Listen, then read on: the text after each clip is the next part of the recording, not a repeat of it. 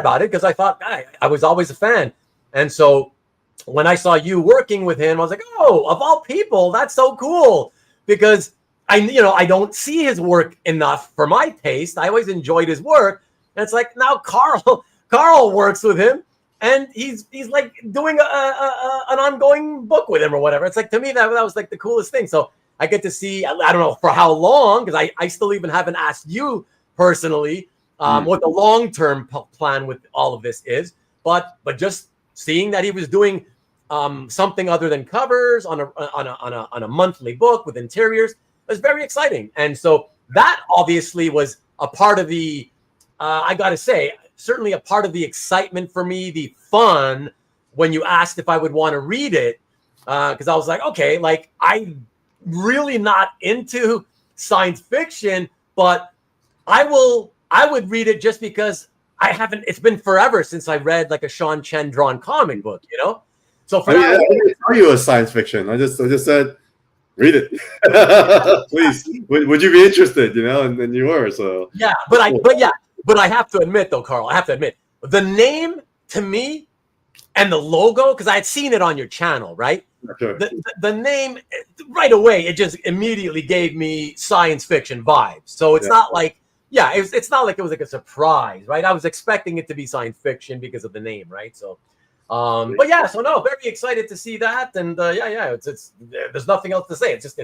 I love Sean Chen. I've always been a big fan of his, so very, very cool to see it, Yeah, and this is the world of Evermind, so feel free to jump ahead to the color version, unless anyone has any questions or has something to say. Well, what are your thoughts between the color and the black and white?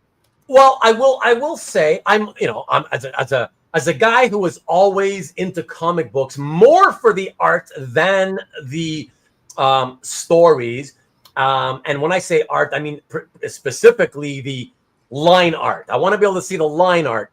And as beautiful as colors can sometimes be, it still distracts me from being able to clearly see just the line art, right? So my preference is always going to be just to look at this, right? So beautiful, so good. But as far as colors go, I wanted to ask you. You should promo the colorist name, because I think it's really well done. Yeah. I as far as digital colors go, I really like, especially like if you look at the right side, I will say that I'm so happy that the pinks, I guess I'll call them pinks, did not turn into bright reds, because that's what a lot of people would do. Oh yeah, super bright red, because red catches attention, obviously, right?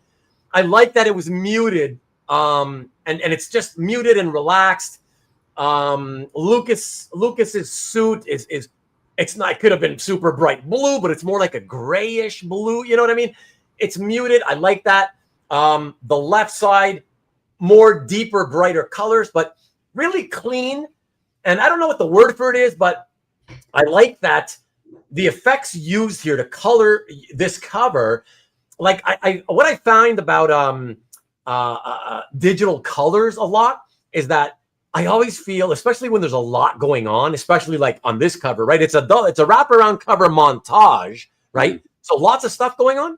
I feel oftentimes digital colorists, they just love brightness. They love brightness, and I always feel colors are overly bright on modern comics, to where I feel like, whoa, like hand me my sunglasses, man, because but this is it's not. They're deep but not bright. Like I love it. Yeah, it's perfect for as far as digital colors go. This is I love it. Yeah, so the colorist's name is Tom Chu. He goes by Soul Link, and he's retired. I mean, he hasn't been doing coloring for years, for decades. Yeah, what? And I think Sean reached out to him, and he's a good friend of Sean, so he's literally kind of been doing Sean a favor and us a favor by doing this. So he has a full-time job. He's doing something else in tech, and then he has been doing nights and weekends for us to make this book happen. Let me exclusive colorist. Let's let that sink in for a second to everybody, because you said that quickly. So to make this clear to everybody, Sean Chen, the artist, the comic book artist Sean Chen, he has an otherwise non-art related career going? Oh no, we're talking about the colors. Oh, the colorist. Oh, I'm Yeah, sorry. I'm sorry. yeah. So he has a Okay. whole solid career, and he's really kind of Sean's colors, and so Wow. Okay. And yeah, it's cool. that's why. So he has a full-time career. He has full-time career. Yeah. Wow. I got to tell. Okay, look, I'm even more impressed. Okay, again, not to sound too promoty, but legit. I gotta say, I'm even way more impressed about the colors now because art, whether it's line art, penciling, inking, or coloring, it's like riding a bike. When you haven't done it for a long time, yeah, you don't forget. But I'm telling you, if you haven't ridden a bike in 25 years and you get on one again, it feels weird. It doesn't just come immediately back to you. It feels weird when you first put your both, feet on the pedals again. And art is even more difficult. When you haven't done it in a long time, you get rusty. You just do. And for a guy who's working a full-time gig and hasn't really been coloring in years, wow, that's even more impressive. That his skills are on point, dude. Wow. So yeah, props to him, man. Wow. Yeah, no, it's very impressive. Amazing. Obviously, we have to plan a little bit better because he's doing it on the side, but he just goes all out. He spends a lot of time talking to Sean about it. Sean gives feedback on the notes, and I see a few versions of it every time. So yeah, number one, we want to set a tone for the world. I think, are there any questions that I missed maybe? But just to kind of let me grab a couple here. Marcus says, who came up with the idea first, Sean or Daniel? He's talking about Daniel Wu. Everybody, that's an actor. I want to talk a little bit about him. Carl, go ahead. Sure. Daniel and I go back 20 plus years. He's a actor who was discovered by Jackie Chan and then managed by Jackie Chan. And he had built his career initially in Hong Kong and China, and eventually have 100 movies under his belt at this point, and became a superstar. And we stayed in touch and worked together for a bit, and then he came to Hollywood. And no one really know publicly why he came to Hollywood, because things were going so crazy in China. People were scratching their heads like, why would you go to Hollywood? Because he's basically the Keanu Reeves in China, and was doing extremely well, and is still doing well today. But he could have been more ambitious about it and done a lot more, but he didn't. He came to America. So I'll get into that story later, the backstory. But on parallel, Sean and I met, during our time in the agency business. So, Ruben mentioned earlier, Sean disappeared for a while. And where he disappeared to was to be able to feed his family by working for marketing agencies, doing storyboards, doing commercial boards. And I had owned an agency at the time, and I needed an illustrator. And I was looking through a agency website that represents these illustrators, and I saw Sean Chen, and I was like, I want to meet Sean Chen. And so we met and we connected, and we worked together for a few years in the agency world. We had do like major pitches to Marvel projects, major pitches to Amazon, Netflix, everything. He's worked with my team. He was basically part of my team. And then, what was cool about working with someone like Sean is I could geek out about Valiant because I'm a huge Valiant fan. And then two, we talk about comics and what comics is missing. And so that was kind of like the two relationships. But the idea, Marcus, to answer your question, is it came from a drawing that Sean drew about 20 years ago. And it was a mech gorilla and a mech female. And I guess about 20 years ago when he drew it, he had it in his portfolio. And this guy came over to him during this con and said, hey, what is this about? And Sean's like, I don't know, just something I drew. And the guy's like, okay, cool, thanks. And he left. And then the artist next to him was like, dude, do you know who that was? And Sean's like, no, I have no idea. He's like, that guy's like a big time producer. I forgot who it was. And he's like, why would you not just make something up? And Sean's like, oh man. And so I guess Sean had basically beat himself up over the next 20 years thinking about that moment. And so fast forward to about maybe 4 years ago. Yeah, 4 years ago, he posted on Instagram like randomly. And as soon as I saw it, like, I don't know what it was, I felt like there was like a story to it. So I called him and I was, hey, what is the story? And he's like, oh, they're what do you have in mind? And I was like, well, let's figure it out. And so we literally met every week. So I said, hey, can you take that off Instagram? Because I think we should work on this. And so he took off Instagram and we worked on it every week. We met every week for like about a year. And a few months into it, Daniel Wu joined that weekly meeting. And in short, where Daniel's involvement was, he was kind of in a place in his career where he wanted to take hold of his career and figure out what's gonna look like 10 years from now. And in a way, when you work on anything in the comic book space, it's a long future to anything, right? And so when he got involved, because he was actually very inspired by Sean's work, and why he was inspired on top of that was because when Sean asked me if I had a reference for this character, Lucas Zhang, I sent him a picture of Daniel Wu. I said, maybe this guy, but 10 years older, without telling Daniel. But once he drew the first issue, I was like, oh, shit. He drew the first couple of pages. I was like, oh, shit, I better talk to Dan about this. And so when I talked to him about it, he was just like really curious. So he basically read the manuscripts and he was like, this is interesting. And we got on a call, and then Daniel started building his character around Daniel's story, which basically was, and I think Sean has shared this already, and Daniel's a private person, but at the time, Daniel had an aging father, and then his mother had just passed, and then he had a daughter, and so he decided to come back to America and be a family man instead of pursuing his ambitions in China. And so Sean's story in Evermind is basically a parallel to Daniel's life on what if he chose otherwise. And so I think, Ruben, because you read, it totally makes sense, right? Because you read the issues 1 through 4, and at the end of the day, redemption is in the air. But I love one of the things that I really quite enjoyed was the whole subplot with Lucas, the main character, everybody there at the bottom right hand side, and his daughter, who's right next to him there in that image.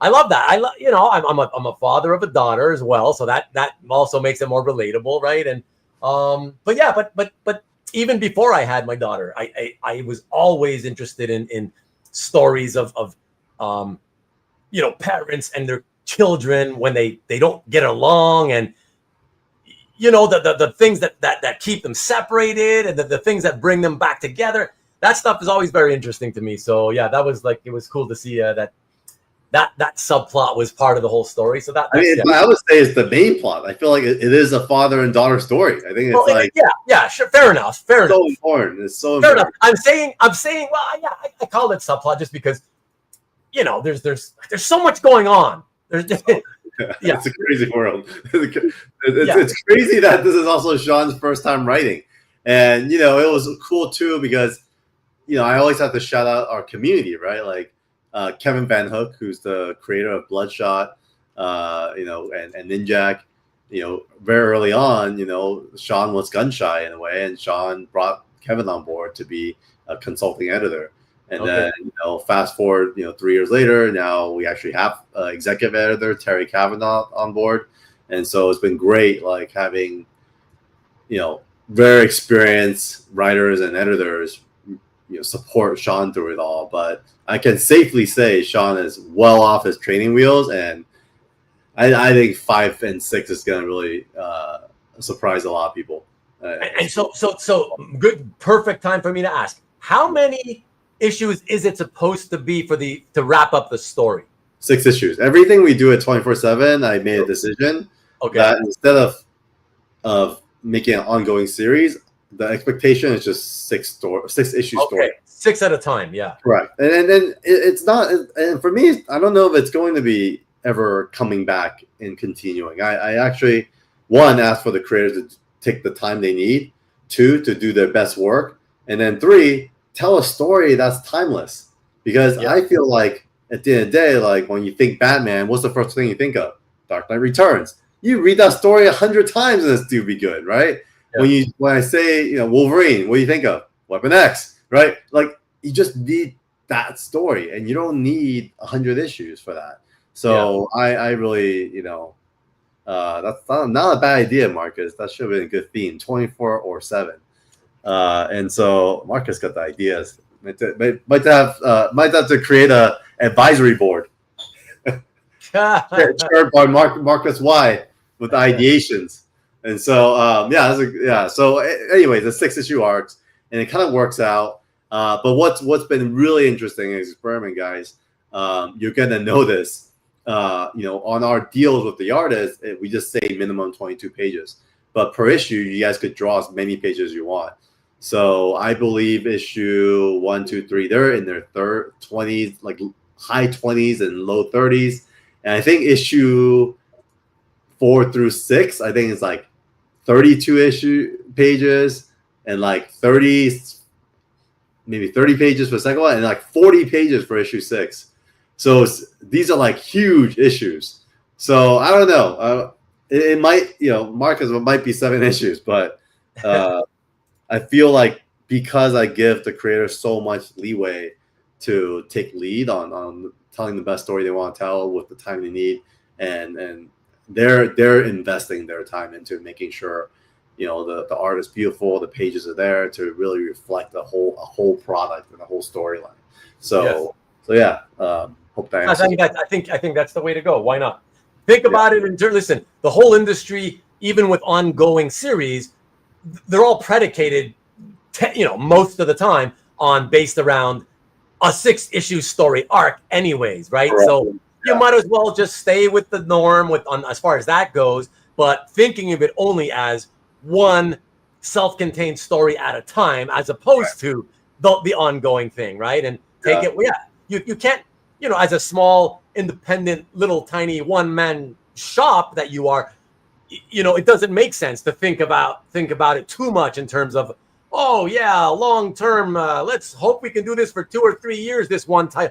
You don't know what's going to happen tomorrow. So I like the fact that, right, you can tell the creators, put out your best work, right? I'm not going to put you on a kind of a schedule where you got a deadline, you better be handing me in those pencils by to tomorrow or next week, whatever. Like, put your best work out. Let's get the story completed and focus one story at a time and make it the best we can. I think that's a great outlook. Yeah, and I'm not a one-man shop. I have to shout out all the folks on the team that contributes to this. And I know there's other people, but I think you know what I meant by that. But you know what I meant. Yeah. So we keep going. So issue 2. Let's get into it. Sure. Let's take a look at the next one here. So there is a kind of risque side of Evermind. I love because, it's in the underworld, and we want to show kind of like a transition of that journey, right? Because we on issue 1 already kind of set the theme park as kind of like the setting, and then issue 2 is when you question where these. I guess let me give you some background. So when you go to like a theme park, often you see all these senior citizens volunteering, right? Because it's the happiest place on earth when you go to Disneyland. And so one of the question marks we had was, man, like if we had this technology called Evermind that could transport human consciousness into androids, what would you use it for? And one of the things we thought about was like eternal life, but where would you go with eternal life? And if I was a senior citizen, I would want to go volunteer in Disneyland. But what if I was given an opportunity to transfer my mind into Mickey Mouse and be Mickey Mouse truly and live for as long as that body can live? And so that's where this whole kind of theme park premise came from. But then the second thing was, Sean was thinking, wait a minute, but then if you're alive 24/7, what would you do at night? Because you don't have to sleep anymore. And the way he thought about it was, I don't know how much you guys fly, but like when you fly an airplane and you land, there's always a line of the next group about to board, right? And the whole thing and the reasoning behind that is because airplanes just have to keep running to stay operational, right? It's bad to shut them down, right? And so in a way, Sean thought, okay, then these androids will have to keep running as well. So during the daytime, they're servicing all the kids and the families. So then what do the adults do at night? Like they need something to do too. And there was an inspiration from a documentary on Disney where they did try to launch a Pleasure Island in Florida. But and it was an island that's for adults, drinks and everything, which I think later worked better as California Adventure, right? On this side of the world. So we said, man, what if Pleasure Island or this underworld was below the surface of the amusement park, Bubble World. And so this is basically a scene of these mechas that are taking off their day suits, where the gorillas are taking off their gorilla suits to become these like battle bots, which are battle mechs that fight in the arena. Because after I was like, who wouldn't want to watch a great fight, right? Go get beers and join the arena. And then the princesses that are above, that services the Princess for a Day experience, they become pleasure bots for adults underground. So this is the elevator to where they're all going. Carl, my Carl brother from another mother. He is, but he is PG-13, so he would prefer Bubble World above, while I'm on the elevator on the way. That's funny. But yeah, this is great. I actually like this cover even more than the first one.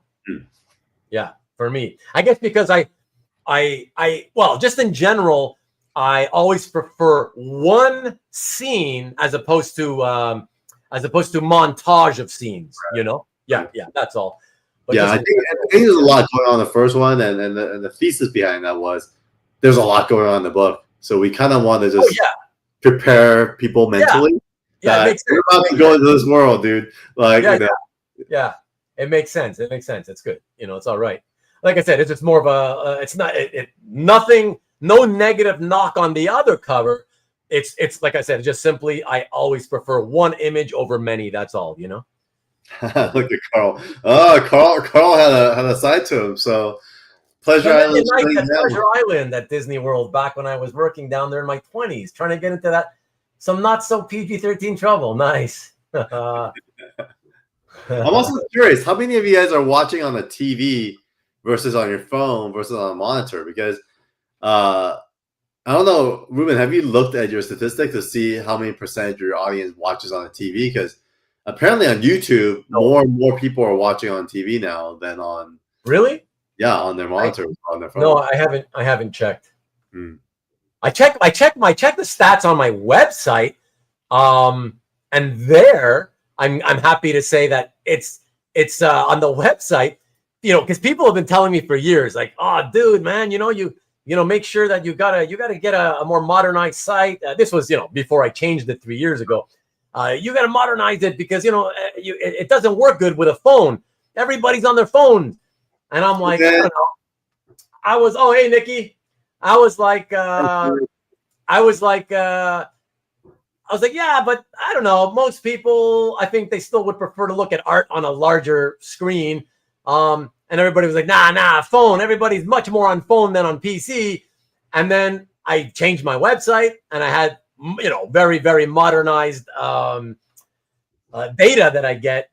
And I'm happy to report that most of the time, my traffic comes from people. More often than not, on a daily basis, people on PCs outnumber the ones on the phones. Not by a lot. It's usually like 60-40 or 55-45, something like that. But yeah, so I'm sure that'll surprise a lot of you who think everybody's on the phone. But but that's just the website. So as far as my channel goes, no, I didn't even, honestly, Carl, I didn't even know you could check that. Look at that. Nikki is on the TV. Okay. Tom's on TV or iPad. It looks like let's see. NS Art is sometimes on TV, but he does desktop. Robert is iPad. Me too. I'm an iPad guy usually, but for times like this, I'm on my. Thank you. I just wanted to say quickly, Marcus. Marcus was mentioning that some of the themes of the comic book, he says, are similar to either the Black Mirror TV show or something called Alien Earth, which I'm not familiar with. I don't know if you're familiar with either of those.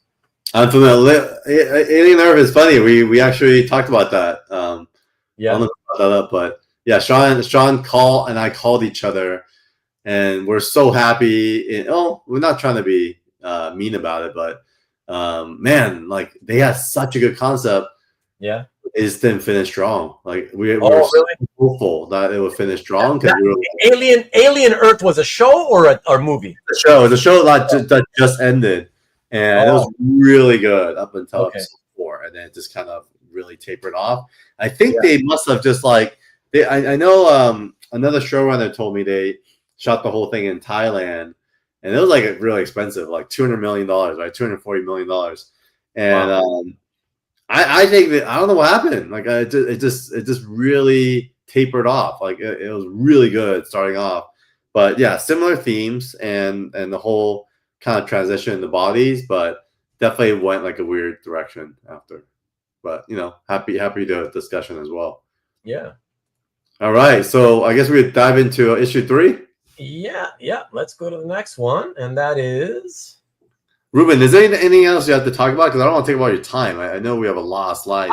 I've got other things, but again, it's Hangouts episodes have kind of become more like anything goes. Cool. So I want this to be an experience, that we're all sharing because I haven't shared this with anyone before. So to me, it's kind of like sharing art. So I'm happy. I'm happy to do it. So as long as we just keep talking about it, and I hope people give it a try, because I will sneak ahead and I'll jump fast forward and just tell you really quickly that overall I did enjoy it, and maybe I can say more about it after, whatever. But for now, let's just keep it going, man. Let's keep going. So issue 3, this the last cover. This basically after the first 2 covers, we realize, oh man, on bookshelves it's gonna be hard. We're gonna need a cover that can actually be transitioned onto like a trade paperback. And so when we realized that, we said, crap, we better do one that's not a wraparound. And so we also realized this is going to be a very adult themed book.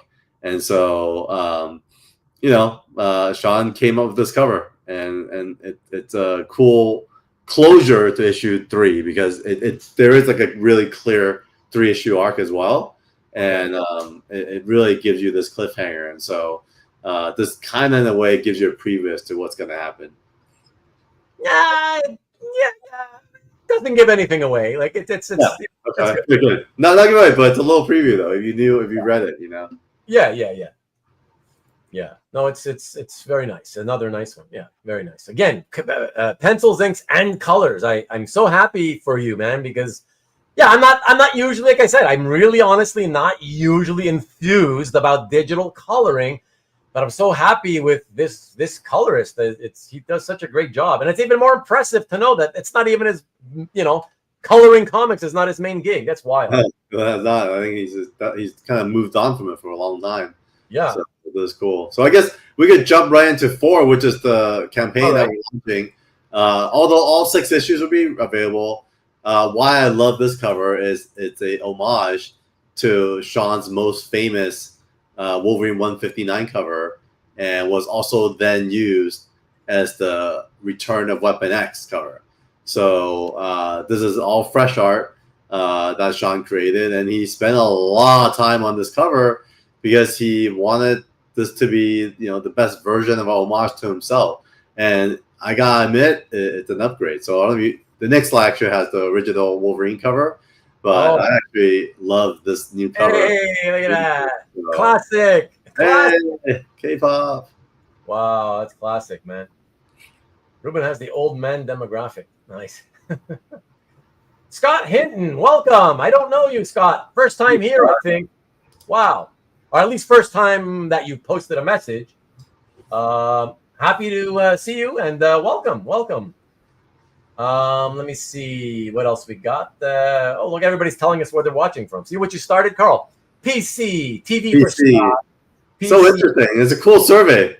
Yeah, for sure. Look at that. Tony, what's up, Tony? Phone for tonight. Oh, yeah, DJ. What's up, DJ? Laptop. Laptop for DJ. What's good, buddy? Holy shit.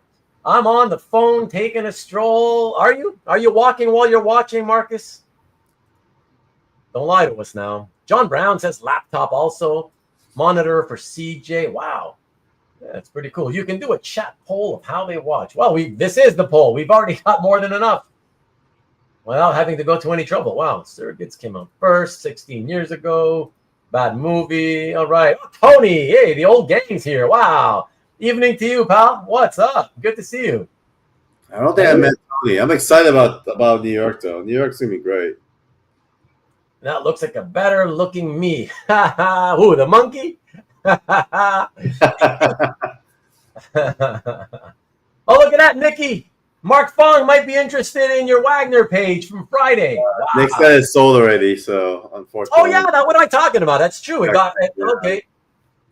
Oh, no, I don't. Wait a second. I don't remember it getting claimed, Nick. Was it at the end of the show or after the show? Oh, after the show. Okay. Yeah. That's why. Oh, good.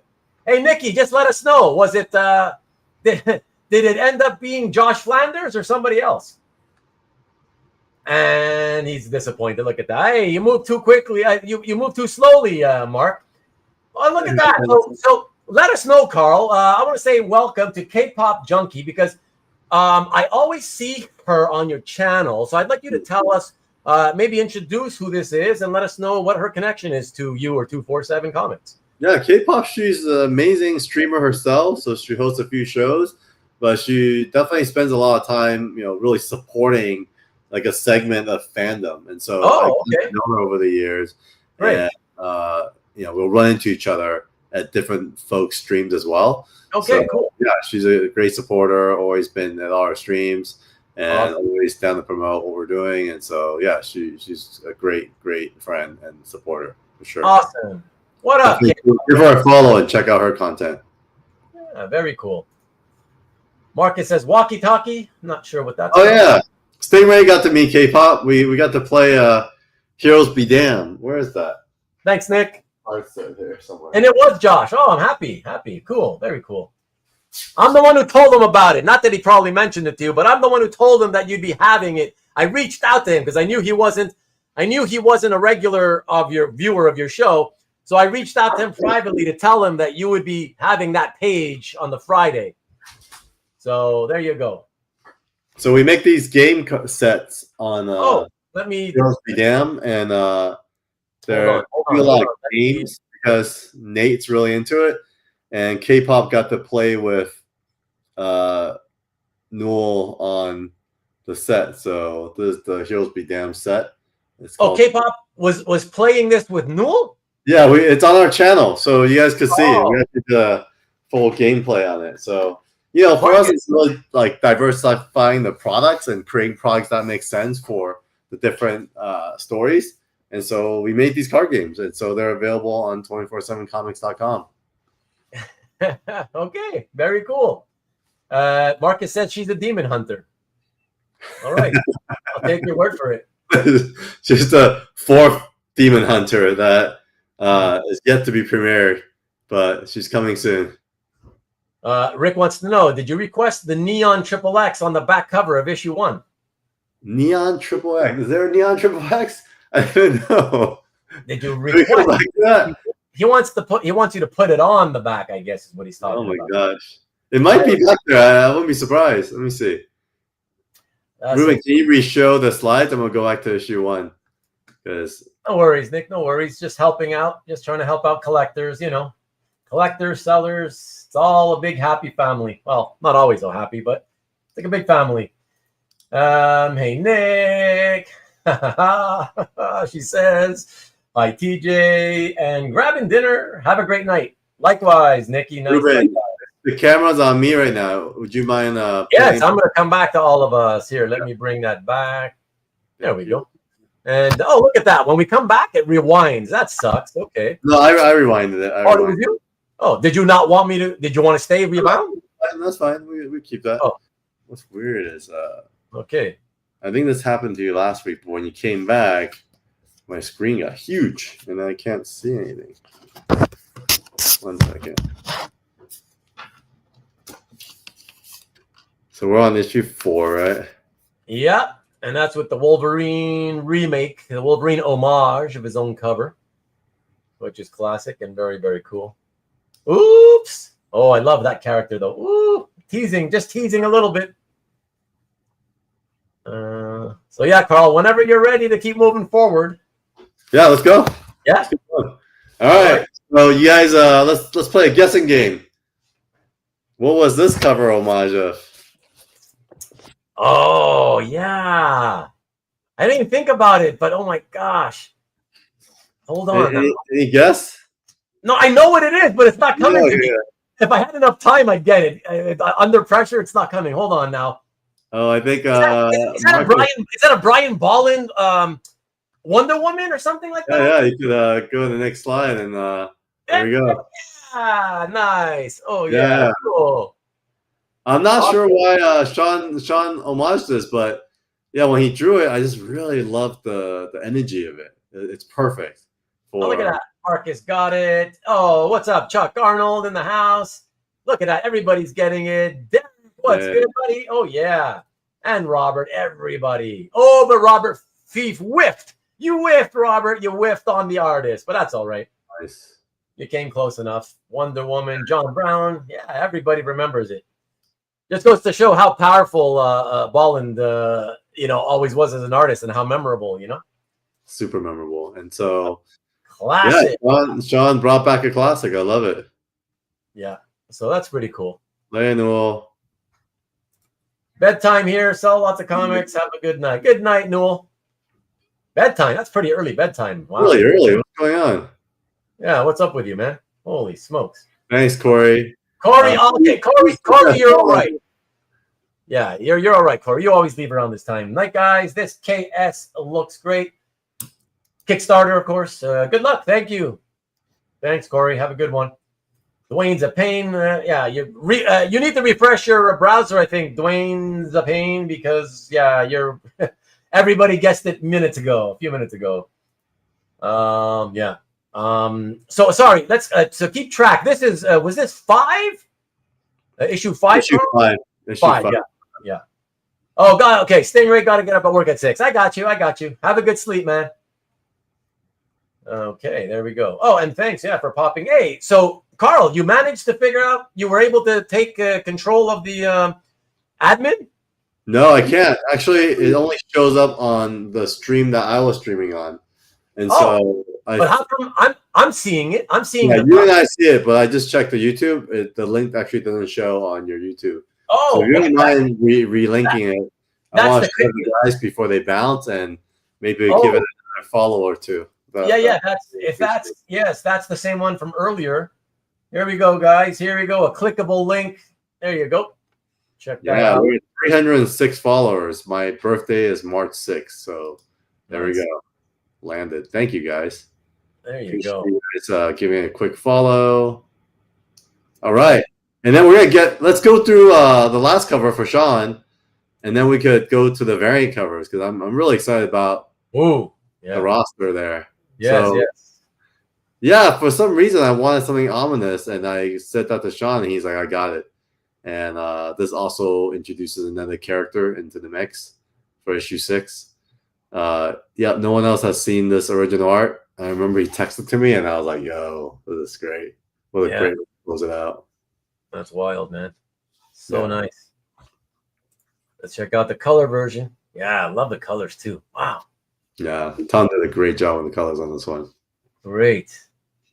Yeah, I really, really love the colors. But again, then I'm like, wow, I go back and I'm like, oh, I love the fine lines that Sean did with this stuff. Like, man, those little bits in the background on the left and the right too.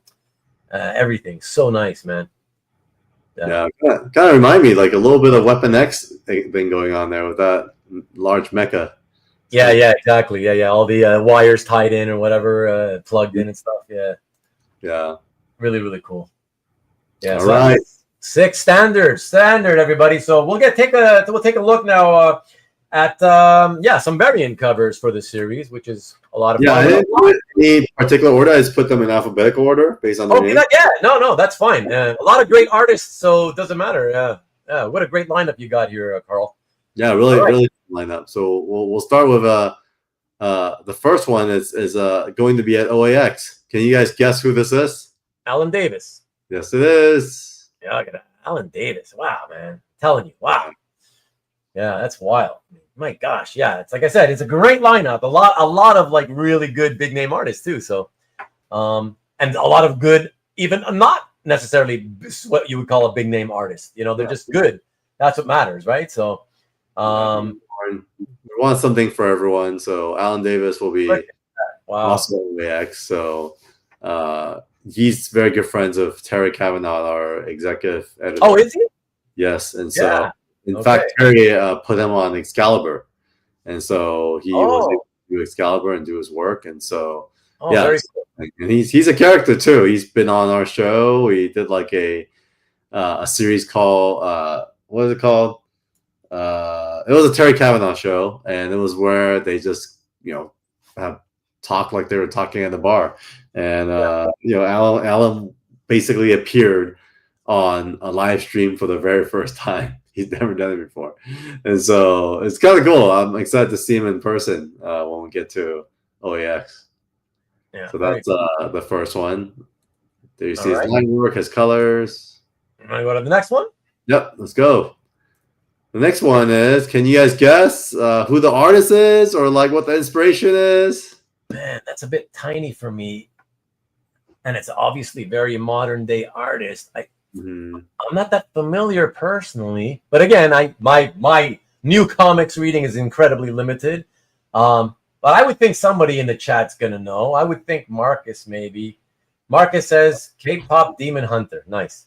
Yeah, it was a K-pop Demon Hunter homage, and it's by Brienne Anden. So we can show the next slide, which is a colored version with Brienne, a Filipino artist. Great guy. Oh, okay. I've not even heard of this gentleman. Wow. Yeah, he's a younger artist. He's based in the Philippines, and I've just been tracking him. He had some really good stories that he actually pitched us, and we felt like this would be a good way just to introduce him to what we're doing. His styles, kind of manga influence, does a lot of webtoon as well.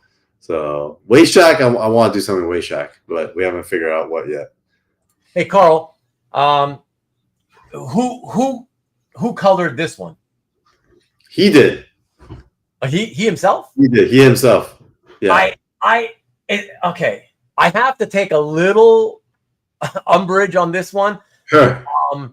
I just feel like when I'm assuming, I don't know these characters, right? But if the character is the front one, if she has, if so much of her body is pink, like the stairs in the background, did they also absolutely have to be pink? I mean, it's blending into, the foreground blends into the background. It's just a lot of pink there, man. Wow. I wonder if he colored it based on the background. Maybe I'm just guessing. Yeah. Being like a concert LED wall. And that's why I'm asking, because I'm wondering if maybe that is what that's how it is, right? And I guess, and she's so maybe, and it's reflecting off of her. That's kind of my guess. Yeah, but hopefully, maybe Brienne can answer that. At some point. All right, we go to the next one. All right, cool. Look at that! Homage, just to show the homage that it's Hunters. We had a live appearance from K-pop herself. So who wants to guess this one? Chaikin. It looks like Chaikin. The woman looks like Chaikin. Is that Chaikin? Yeah, it's Chaikin. Is it? It's hard to tell when it's this tiny on my screen, No, but, yeah. Wow, is that Chaikin? Wow. It is Chaikin. Oh and my can you guess what the homage is to? Oh my gosh. Oh, is it an American flag cover? Yeah. It is, right? Yeah. I couldn't tell you offhand what issue number though. It looks like I remember flag sitting there in the middle, but I would not know. I don't know the series enough to know by issue number, Yeah. Somebody is, let's series see. 2, issue number 1. It's the American flag, says Chuck. Flag says Tom, and series. Oh, series. Oh, interesting. It's the first issue of the second series. Interesting. I have it. You want to skip to the next? Oh, it's on the next one. Okay. Oh, yeah. You're always including the homage. All right. Yeah. Hold on. Check out the color. Nice. Who's did this one? I like this color again. He did it. He did the colors. Howard? I don't know. Actually, I don't know. Terry actually sent it to it could have been the same colors as. I'm actually not sure. I gotta ask Terry, but I think it's the guy. Sorry, who? Give me the name again of the gentleman who had done the colors for the Sean Chen covers. Those are by Tom Chu. Tom Chu. This has a feel of Tom Chu to me. No, I don't think so. I think it's someone else. I think Terry figured out. I gotta ask Terry actually, so we could. Oh yeah, there's a second signature, Marcus. I know, but I can't read it. It's way too tiny and pixelated or whatever. Yeah, good catch, Marcus. I should know this, but I'm but brain fried after 4 days of Magic the Gathering. That's what happens. It's all sense of what's going on. And are we going to see the homage now? Yeah, homage to the next cover. Yep, that's it. There we go. Okay, wow, yeah. Very cool. Very, very fun. Awesome. All right. Who is next? Do you know offhand who's next? Let's guess. I guess we'll guess. We guess. Let's go. There we go. Oh, wow. I don't think you'll get this right, though. This Is that DK Juan? Ron? No? Hold on. I can't. I don't know. Yeah. He's been around for a little bit. He's not quite, I don't consider like a huge guy, but lots of momentum in the space. I just saw he was at LA Comic Con, but I missed him. Maybe he's getting Nitro then, yeah. I guess Chuck knows. Yeah, no, I don't know. So you want us to go to the next one and let's see. Oh, I would not have guessed. Another name I'm not sure. I'm familiar with. You wouldn't have guessed it. So he is also Filipino based, and I just like his stuff. Like he just brought a really cool take to it all, and we want something a little different than what everyone else is doing. So I love the coloring effects because it gives it a very science fiction movie vibe almost. Yeah. You know, with those vertical lines going down from her face into the middle. You know, like. Yeah, it's almost like you're phasing in, you know, like the way Star Trek guys used to phase in and out of the spaceship, you know. Yeah, I really like that. It was cool. It was cool for me. Is that PJ doing the colors? Do you know? It might be somebody else. He did the colors. He did do the colors. Yeah. Wow. CAX artist PJ Katakutan. CAX is what? That's one of the. I think it's that company that they bought. That small little show for more indie artists. I think. I'm not sure. I think. Beam me up. Exactly, Rick. Yeah. Yeah. Colors. Very cool colors. Yeah. Very cool. And is this also are they all homages, Carl? There's not homage. Okay. This is original. All right. Oh, look at JC says his fave cover so far. Nice. Wow. Yeah, a lot of people love this. Card Art Expo. Oh, he was at Card Art Expo? I didn't know that. Oh, wow. Okay. Cool. Oh, I missed him. Look at that. Tom's laughing at you. He says, Carl's like, I just hire them. No idea after that. I honestly often, I gotta admit, sometimes I'm like just, can't fall asleep thinking about stuff. So I'll scroll through Instagram and I'll be like, oh, this guy's dope. And I'll just message her, hey, you want to do a variant cover? Like, that's literally like how it happens. Oh, yeah. That's cool. And I think, when we're approaching this, we want to do 2 variants for each issue, and also offer up like a all variant kind of tier. And so that's why we dropped this as well. But we could keep going. We got 2 more to go. All right. Yes, this is a sketch for a good reason. Is because I was gonna say this looks kind of like a very, very finished preliminary piece. Correct. Yeah. Preliminary. Is that because the artist will scan this in and go directly to color? Is that why? I don't know. On the computer? Is that? Can you guess who it is? That's the question. I can't at this size. I'll give you a clue. I mean, it's huge. This thing is 18 by 24. Really? No, Marcus, I can't do that. I can't afford that. This thing basically pays for itself. Ricardo Federici. I love his stuff. Yes, this is amazing. This thing's huge. He is a DC exclusive artist, and so usually what happens is he has to actually go and They have to ask permission. Ask permission. So he has Yeah. 3 per year, and he gave us one of the slots. So really appreciate it. Shout out to his rep Fletch, who just started off as a rep as well. So yeah, Ferrucci's awesome. He'll be at New York Comic Con as well. Oh, cool. Yeah, that's fantastic. Yeah, he's great. He's great. I mean, he has a beautiful penciling rendering style. Great. Hoarder's Hide. I don't know if he's here anymore, but Scott Brown. If you look at the Hoarder's Hide calf gallery, look under Federici, and you will see he's got this beautiful, beautiful page of the Spectre. Just gorgeous rendered pencils. It's just fantastic.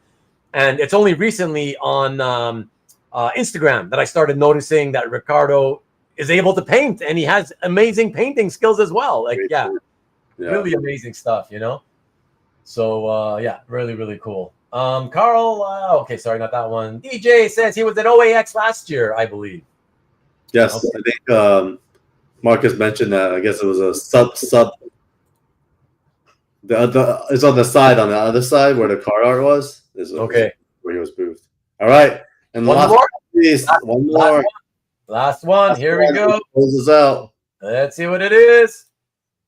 Oh, who is this? Who is this? What the? Guess. What the hell? I wish it was bigger. I can't see it in size. Man, so much details though. Oh my god. Who is this? You got this. You want a clue? I almost want to say, like, oh my, you didn't get, no, it's not Simonson. Am I looking at Simonson? No. Am I? Okay, Tom guessed it. Mark Silvestri. Who else? Keep going. Not Silvestri. You're killing my eyesight by, I'm like straining. Can you make your green bigger? Capullo, okay, interesting. Nope, not Capullo. Chuck Arnold said Capullo. All right, let's go to the color and let's figure it out, should we? Here we go. Oh, it's a Stephen Platt cover. Wow. Yep. Okay. Wow. Mr. Platt himself, Mr. Moon Knight / Prophet himself, got a chance to break bread with him last year at New York Comic Con, and what a great individual. And I found out he is also in the movie business. In the space, and he came storyboarding, or he does storyboarding, and then he came back to comics this last year. Marcus guessed it at Mannix. It's pretty so solid. That's the closest guess out of anybody for sure. Tom, in fact, Steven actually was like wondering, like, man, like, why did you want the line art? And I said, oh, it's because I want to showcase this at a show for art lovers. And he was like, oh, cool. But otherwise, he wasn't going to give it up because he said he wants his colors the way they are. So he also colored it. This guy's a master, man. His art's, evolved away from like the very splattery splat, but man, it's Stephen Platt, man. It's solid, very emotional, and like a perfect take on Jen / Brittany, the character. Yeah, very cool. Cool. We don't have to go through all this. This is going to be on the Kickstarter campaign, so we don't have to spoil it. I just had these slides here, but in case people... I'll scroll through them. Why not? I'll just talk about it. So because people have asked for it, like people love like Virgin variants, so we made a set that's only going to be available on Kickstarter, which is like the versions of all the variant covers. We go to the next one, and then because people asked for it as well, we did these mecha foil covers. So there's gonna be a gold, pink, and blue ocean blue foil. Are you serious, Carl? Like you hear from people say, "Oh, I would really like it if you made these types of covers." Really? Yeah. In fact, they said you have to, because we are. There's our audience here, right, which loves the art, the black and white stuff. Then there's the kind of comic book audience, which comic book people that are strictly comic books. They have to have the color. They have to have this, right? Like, and then there's a Kickstarter audience, which is a whole thing of its own. I literally didn't believe that there was such a kick. Exactly, Carl called it. This was basically inspired by the Marvel Universe holograms. Yeah. And I felt like these covers so freaking awesome. we had to do like a really cool treatment. So I think we're calling it Mecha Gold and Pink Diamond and Pink Diamond foil, and then Ocean Blue foil for the last one. So yeah, it's a little bit nostalgic for us too. And then it's also going to be a one run and done. And then the last one, I think. Oh, actually, this is the metal covers. So this is there's a. What does that mean? Mecha metal set. They're made out of steel. The literally metal steel. I don't know what exactly metal they're using, but it's gonna be printed on there. So really, it's gonna be cool. It's gonna be metal covers, very heavy. But I know Nick at Dynamite does a lot of metal covers, which is kind of cool. Oh, really? So, okay. Yeah, it's gonna be different for sure. Okay. And then the last one is just everything, which is gonna be exclusive as well. Whoa, what's that? Whoa. Which includes everything. So it has all 6 of the main covers, and then it has pretty much like every single variant cover and mecha cover and foil cover, virgin cover available in the campaign. So yeah, those are all the different tiers. I guess my last slide is just like an ask. Oh, this one. How can I forget? Cover quality submission slide. Very limited. So Sean's so busy with stuff. Did we announce this or not? But you're too busy. You're too busy with too many projects for your own good. I'll announce it here because I don't know if it impacts anyone here, but we got a publishing deal, a licensing deal in China for the same publishers that publish 3 Body Problems. Because there's this. Sorry, I didn't hear that last part. The Netflix TV show 3 Body Problems is based on a very famous novel series in China, and it was one of the first science fiction. Because apparently, like you, China also hated science fiction. Really? But 3 Body Problems did so well for them. Now they have a whole initiative under this publisher to get more science fiction stories. So when they heard about us, they basically, licensed from us. Marcus, Sign Comics was too hard on the last one on us to coordinate everything. So we're just going to do more signings. And so the first one is going to be at New York Comic Con this weekend. So Daniel and Sean will be there, and really shouting out Daniel because, he doesn't have to take time out of his own, life to do this. And he does. He does very well to show up for a day to shoot a commercial or a movie set, but he's like all in with us. And so really, really shout out to Daniel for that. And then I guess the last slide. And hold on. Since you've already sort of let the cat out of the bag, Carl, what exactly is the licensing deal? Like who's making what about what now? They're going to license Evermind, translate it into Chinese, and distribute it in China. Evermind? Yeah. You mean as a Chinese comic? Chinese comic. Like wow. So they're gonna break it into 2 volumes though. It's gonna be 1 through 3 as volume 1, and then 4 through 6 volume 2. Okay, but whatever. That's who cares what the format is. But I'm curious. Is there any idea as to what the potential, like being as conservative as possible, so you don't get too excited, for no reason potentially. Any idea what the potential minimum kind of audience there would be for this type of a product in China? God, I've been in the business long enough now, Ruben, to just not even make any estimates. No, it's better just to go with the flow and see what happens. See what happens, because like I think when I was younger, I used to be like, "Oh yeah, we're gonna do XYZ," and man, more often or not, you're disappointed. And then on the one where it's like a throwaway something, all of a sudden it becomes your biggest thing. It's like the craziest unpredictable thing. So it's kind of depressing, but as much as we're in a dream job, it's also a job that you're chasing a dream, but you also can't overshoot. Exactly, because then you just lead to disappointment, because it's a very tough business, right? So it's like very tough business. Absolutely. Okay, so, and here we go. Yeah, the last slide is just how to help.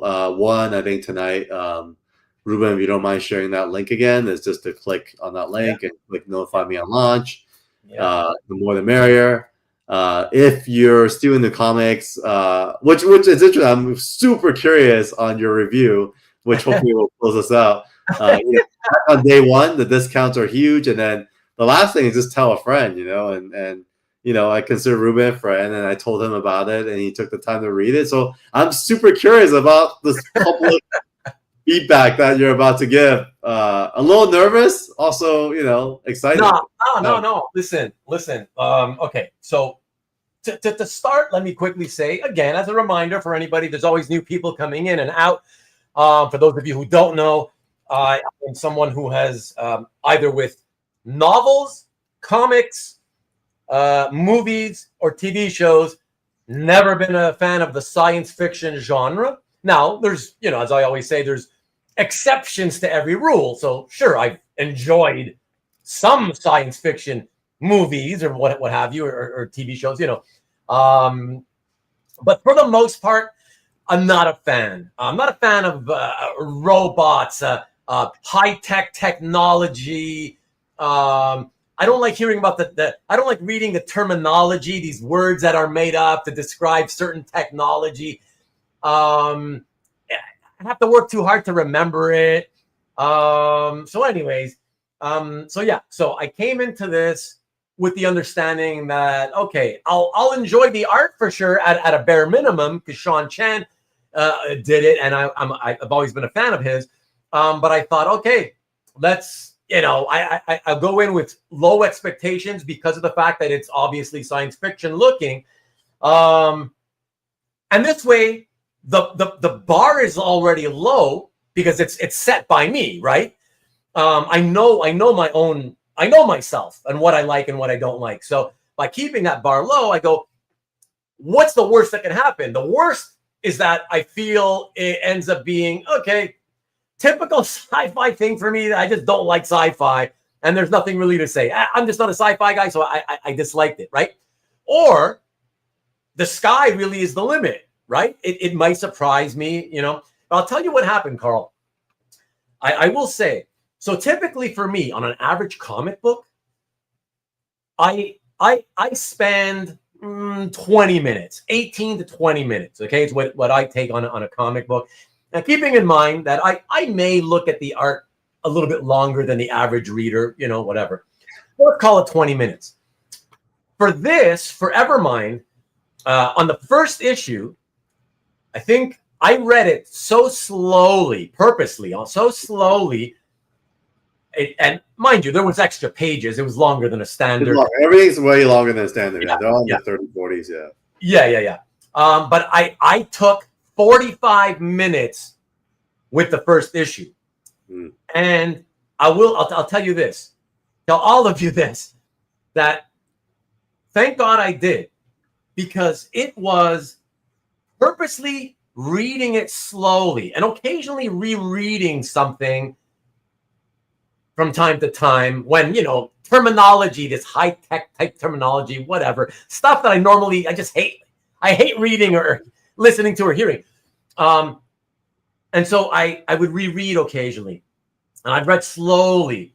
And because I did, the story stuck with me more than it otherwise would. If I didn't do that, if I had taken my usual pace, 20 minutes, or maybe it would have been 24, 25 minutes because there was extra pages, whatever. But if I had done that, I probably would be like, I don't know, whatever. It's typical sci-fi shit. Robots, paramilitary guys shooting up. I don't know what's going on, but whatever. But because I took it slowly, I let it sink in, I really enjoyed it. Whoa. Yeah, I really enjoyed it. And let me tell you something else. When I got to the fourth issue, and remember, I'm reading this at the time. You and I hadn't spoken in detail about it. So I had no clue. I was reading this thinking, oh, that'll be fun. At least I'll try this 4-issue miniseries. And then wondering, wait a second, is it just the first 4, but it's maybe longer? I don't know. Do I have the complete thing? I didn't know. No, 5 and 6 is not available yet. Yeah, and that's it, right? Now I know, obviously. But so when I got to the end of the 4th one, I wanted to go to the 5th one. Let me see. I was like, hey, what's this? Like, it hasn't ended yet. It's like a cliffhanger again. Like, where's the rest? I'm like, it doesn't end here. I want to know what happens. So So I guess that's the best thing I can say, really, Carl, and to everybody else is like, for me, as a guy who typically doesn't enjoy sci-fi, yeah, man, just taking it slowly to let everything sink in, to help me understand all the different things that were going on. It made all the difference, and I gotta say, it was like a lot of fun. And yeah, I want to read 5 and 6 because like it's fun, and I'm frustrated. I couldn't read the whole story. So I guess that's the best way I can put it, Carl, is to say, listen, it was really fun. I don't know what else to say. I usually dislike sci-fi, but I'm looking forward to being able to finish the story. So awesome. That's good to know. So maybe we got a convert.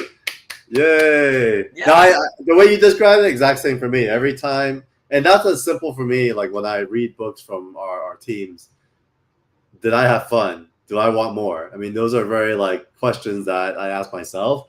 And man, and the last thing was about the time it took. And Sean had warned me on this. He said, look, I know you want this to be 6 issues, but the story I'm telling is really actually 12 issues. So, really? So, well, in his head, he said it should be the idea to fulfill the entire thing. He knows it's going to take at least 12. Yeah. But because of that, he had the foresight to make it very dense, and so you'll notice, for some of the pages, there's not a lot of DPSs, if any. I think in the whole series, everything's very dense in the way it's written. So it feels almost like a manga meets American comic in a way, where there's a lot going on in every page. And so, yeah.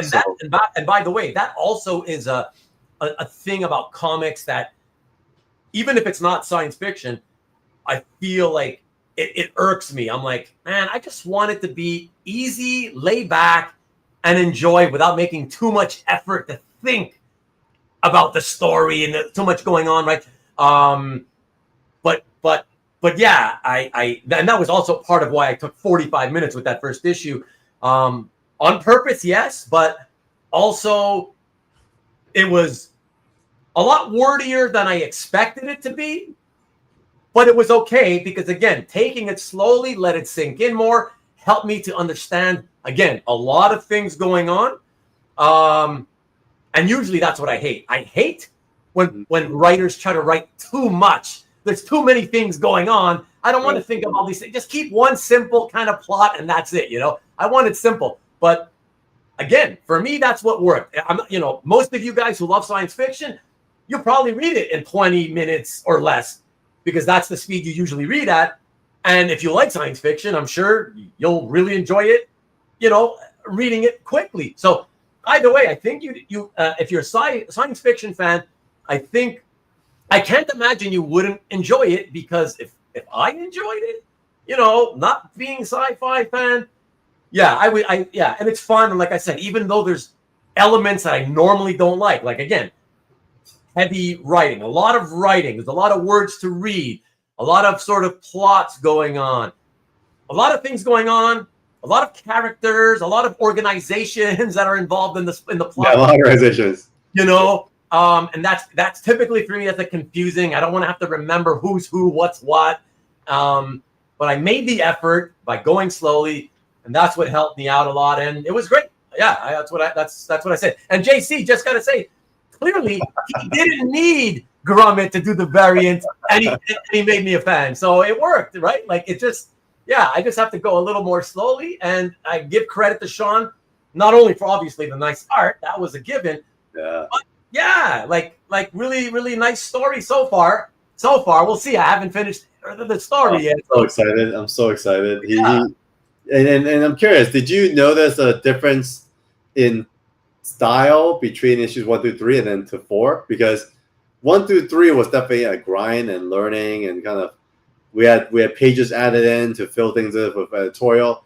And then 4, he definitely was off his training wheels and was really intentional in driving the rest of the story forward. And then Terry Cavanaugh gave a little bit of feedback, but it wasn't a lot. So did you feel like there was a shift?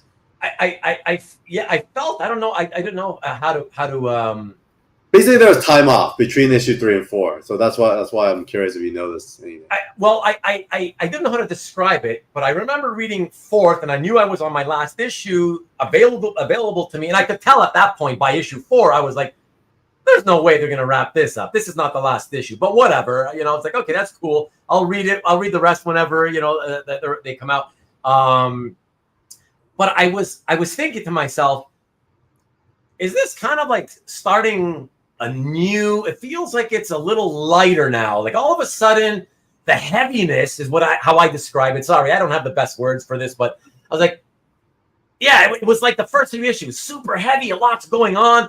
And then on that fourth issue, I was like, it felt lighter to me. Like, okay, this is becoming a little easier for me to I don't have to read as slowly as I was before, and simpler. And I was like, oh, I wonder if it's kind of setting up a new kind of the next half of the story or something. I don't know. I couldn't tell, but I noticed something was different. I can't describe exactly with proper words what was different, but I was noticing something, you know? Yeah, the way I describe it is it was like Game of Thrones, like the early episodes. I've seen it. All the setup. Oh, you haven't seen it? Okay. No. I'm never going to see it, so you can ruin the surprise. Okay, well, the setup is it's a lot of character building, a lot of world building, and then you're wondering why certain things were introduced. And then once you got all the lay of the land, you care about the characters, then it was like all war. It was like just action, adventure, everything that we love to see on big blockbuster film. So yeah. So that's kind of what to expect for issue 4 through 6, where it's really now things going to the ish. It'll just be everything going to ish, and just everything will collide, and then you'll see the results of it all. So all the payoffs are there. Right. JT, shame. Trade cover blurb. Typical sci-fi shit. Robots, paramilitary guys shooting up. I don't know, but whatever. I really enjoy it. Oh my god, that's hilarious. that would be awesome. I would love to get up the trade. You know what? If I saw that quote like that, Carl, on the back of a trade, I'd buy it just for that quote. I'd be like, okay, I gotta read this now. I want to see what the hell that's all about. Oh my god, it might end up on the back of the trade, dude. So funny. I was not in the bathroom. No, I wasn't. Bathroom copy? No. I'm not in I was in the bathroom. I was in the living room, relaxing on the sofa. Who doesn't love sci-fi? I can't be the only guy who doesn't love. Don't act like you've never heard of anybody not liking sci-fi. I believe Peter Rowe mentioned, he's not here tonight. I believe he mentioned he was one of the guys who also not a big sci-fi fan. Or Scott Hoarder's Hide, I think, also doesn't like sci-fi. There's plenty, trust me. Are the world's multi-syllabic slow you down? Yes. Have at it, you guys. You can laugh all you want. Now's your, Sunday night. This is your chance. Less wordy stuff, more pictures. Oh, there's plenty of both, though. Don't worry, Mike. I need to write the foreword to the book. I probably should. Ruben would love the Ned Stark character. Who's Ned Stark? That sounds familiar, actually. Oh, is that from Game of Thrones? There's somebody. Game of Thrones, yeah. Okay. I'm not really into, other than Conan, Red Sonja, I'm not a science fiction fantasy guy. Good night, Tom. Sorry. And Lord of the Rings, I love that. That's fine. Only the movies. I would never read that. I wouldn't want to read fantasy, but yeah, the movies like Lord of the Rings, fantastic.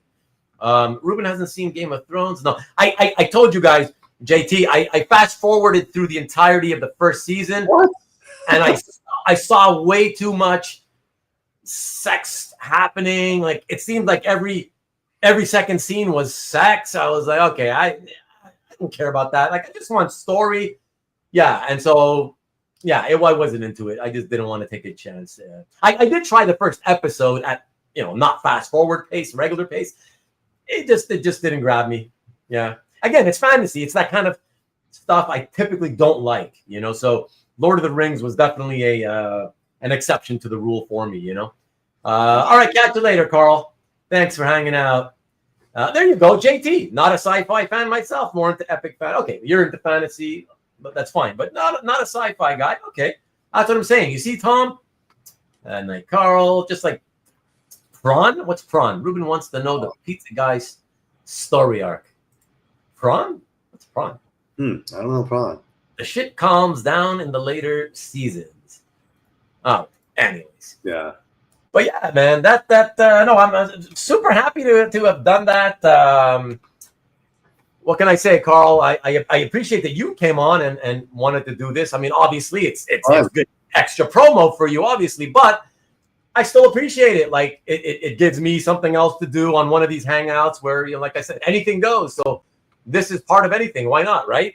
You're a friend, and if I can help send a few more people your way, that'd be great. And especially happy not to only have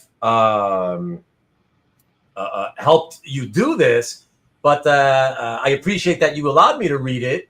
And yeah, glad to be able to let you know what I think. And those were my honest feelings. And if anybody watching this is like me, especially, but anybody really, right? But especially if you are not a science fiction fan, typically, like I said, if it got me interested, I really think you'd be interested.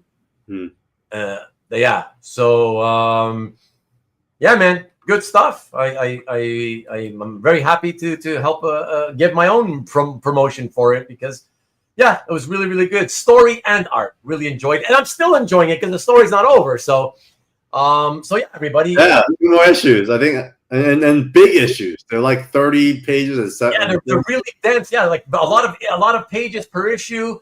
So you'll get your money's worth. There's the link again, everybody. Yeah, support it, or at the very least, like Carl says, maybe follow the Kickstarter. Yes, you click yes. For those who are just coming in, at a bare minimum, just click the notify me on launch. Yeah, notify me on launch. That's the follow thing or whatever. Yeah, we would really appreciate it, and that helps. Correct. It helps with the algorithm, and people just get excited for more followers. And we're launching in 2 days, so day one's gonna be a lot of discounted tiers and specials and exclusives. But more importantly, there's gonna be very limited original art tier, because Sean's too busy this time around. And so yeah, thank you all the guys who supported even on the first one. But this one will be special. It'll be really getting things to move forward. Marcus, wow. Yeah. Can you imagine, Marcus, how positive and how awesome of a review it is from me that my biggest hang-up was indeed the choice of a pink color on the stairs behind a pink-colored girl on one of the variant covers. I mean, and by the way, I hadn't seen that when I read the thing. I just saw that with you guys at the same time tonight. So, but no, in all seriousness, no hang-ups at all, Carl. Really proud of the job. Cool. It's cool to hear. Thanks for being completely honest about that. And yeah, I'll definitely report back to Sean. Oh, great. Yeah, sure. I mean, I don't know how much that's going to mean to him, but whatever. But yeah, let him know if you want. But yeah, I thanks, Tom. Yeah, spread the word. And if you know any folks that loves this kind of book, please spread the word, and really appreciate it. Remind everybody, though, Carl. So this first Kickstarter, will this be? Did you mention 6 issues together, or as like you can buy the separate comics, or how does that all work? Yeah, you can buy like the separate variant covers themselves. You could buy the separate books themselves. Okay. Or you could buy packages of all the books. So you buy 1 through 6 if you want. So you could. They're all available. But is it not being? Is the Kickstarter not for the collected edition? Not collected edition. It's the 6 issues themselves. Oh, so it's still okay. So no matter what, it's only so far available as comic books. Correct. All comic books, and then next year we'll get into shops. And yeah, Tom, if you want to do some sort of retail package, let me know. We'd love to collaborate and do something cool. Yeah. Okay. So it's the 6 individual issues not collected yet. Mm-hmm. Not yet. Okay. Yeah, and Tom can make you your own cover for your shop. That'd be fun. Yeah, one of those shop exclusive variants. You got 4. He's got 4 shops. Yeah. He's got 4 shops. He's got a little chain going, you know? Yeah, I know. It's killing it. Yeah. So, yeah, so great, man. That's a fantastic. Anything else you want to say about it? No, that's it. What are we going to talk about next? All right. You're not, by the way, everybody, Carl, this guy, as you know, he's like a man about town, but not only town, he's a man about the world. He's literally flying back and forth all over the world constantly. And he literally just got off a plane a couple of hours before we went live, and he's still here and wants to hang out. I'm like, get the hell out of here and go get some rest, go sleep or something. I don't know, but he wants to hang out. Yeah, I got a couple of I got a couple of other topics I want to get to. Let me see here. Which one should I get to first? So I want to say, yeah. So let me get to a quick one. So you guys saw on the Pinky Tuscadero, yeah, and don't forget Leather Tuscadero, the sister. All right, CJ, you forgot Leather. I brought her. I brought up Pinky once on one show, and then Mickey had to remind me about Leather. So this time I'm not forgetting. Furniture is getting ready to sell. Furniture store getting ready to sell soon. What? Furniture store? You have a furniture store? You're confusing me now, Tom. Do you own a furniture store? I don't know. Let us know. Yeah. So another topic for this evening was that you got. Yes, I do. Wow, I didn't know that. So cool. Okay. So 1 furniture store and 4 comic shops. That's what it is, Tom. I guess that's it. Wow. You got more businesses than Jesus. That's so many people. Wow. That's why he's always busy. Tom's always busy. For sure. So yeah, guys, you guys saw on here. I know you noticed for the topics. You see the bottom one, local art deal made this week there. Ooh. And yeah, I know, like you guys, you know, I said earlier in the show, like I know you guys probably thinking, yeah, what's the big deal? A lot of people do, you know, local art deals or whatever.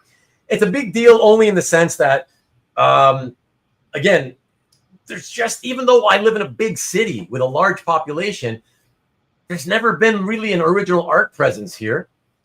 So it's just shocking whenever anybody reaches out to me, like from locally within the city, that I've never heard of before, and is talking about original art, you know? And so I got an email from a guy, actually. So it turns out I didn't know where he was from initially. He contacted me through my website, right? So he contacts me through the website, and he says, yeah, do you buy original art? And I said, yeah, well, you know, it depends. I do, but it depends. What is it? Depends if, you know, you tell me the price. If I like it and the price is right, I buy it. And then, so he showed me a few pieces, a few things. And unfortunately, you know, so this is what makes the story not that exciting. And that's why it's going to be a pretty quick story. You know, it wasn't one of those amazing situations where suddenly he had a Jim Lee X-Men cover. Nothing like that. It's the exact opposite, really. Pretty what we would call minor stuff, right? So he showed me photos of a few things. The first couple of things he showed me were 2 pages from the Canadian comic from the 80s called Mr. X. Whoever if you're familiar with that, you may be familiar with the fact that it was created by Dean Motter, mostly drawn by Paul Riboche, Canadian guys, and very beautiful graphic approach to the artwork. Excellent art. Never read the title though, so I don't know how the stories work. But he showed me 2 pages from Mr. X that didn't even have Mr. X on them, but they were drawn by Seth. So for you guys who are only into mainstream comics, you probably don't know who Seth is. But he was a Canadian artist he passed away now several years ago. Is what you would call a very indie artist. But even I didn't know that Seth had ever drawn Mr. X. In fact, I didn't know that Seth's career started back in the late 80s. This was a 1989 comic of Mr. X. And so the thing was like, I had no idea what it would be worth. And I also didn't really want it for my own collection. But I figured I'd like to buy it if only because I know that there are Seth fans out there. But I just had no idea how to value it. So instead of just coming up with some random value and offering, I said, you know what? This happened just days before I left town to go to Jeff Singh's house for his annual comic art collector gathering. And so I told the guy, I said, you know what? I'm going to be in Toronto for the weekend, and I'm going to be with a couple of dozen other comic art collectors.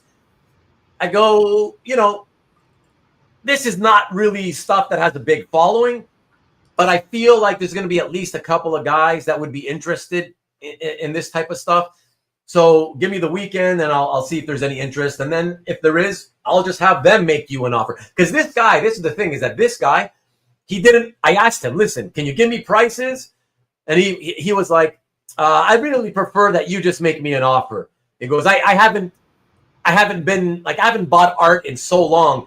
It turned out that the art that he had that he was offering me, all of it was pages he had bought between 1989 and 1992 or 3 or something like that. Damn, I wish I was buying art at the time. Yeah. Real quick, my wife just finished her work, so I'm gonna have to join her for dinner. But thanks again. Go for it, baby. Go for it. Good seeing everybody. Good seeing you, Ruben. All right, Carl. Thanks, bud. I appreciate it. Hi to the wife. Will do. All right, man. Take it easy.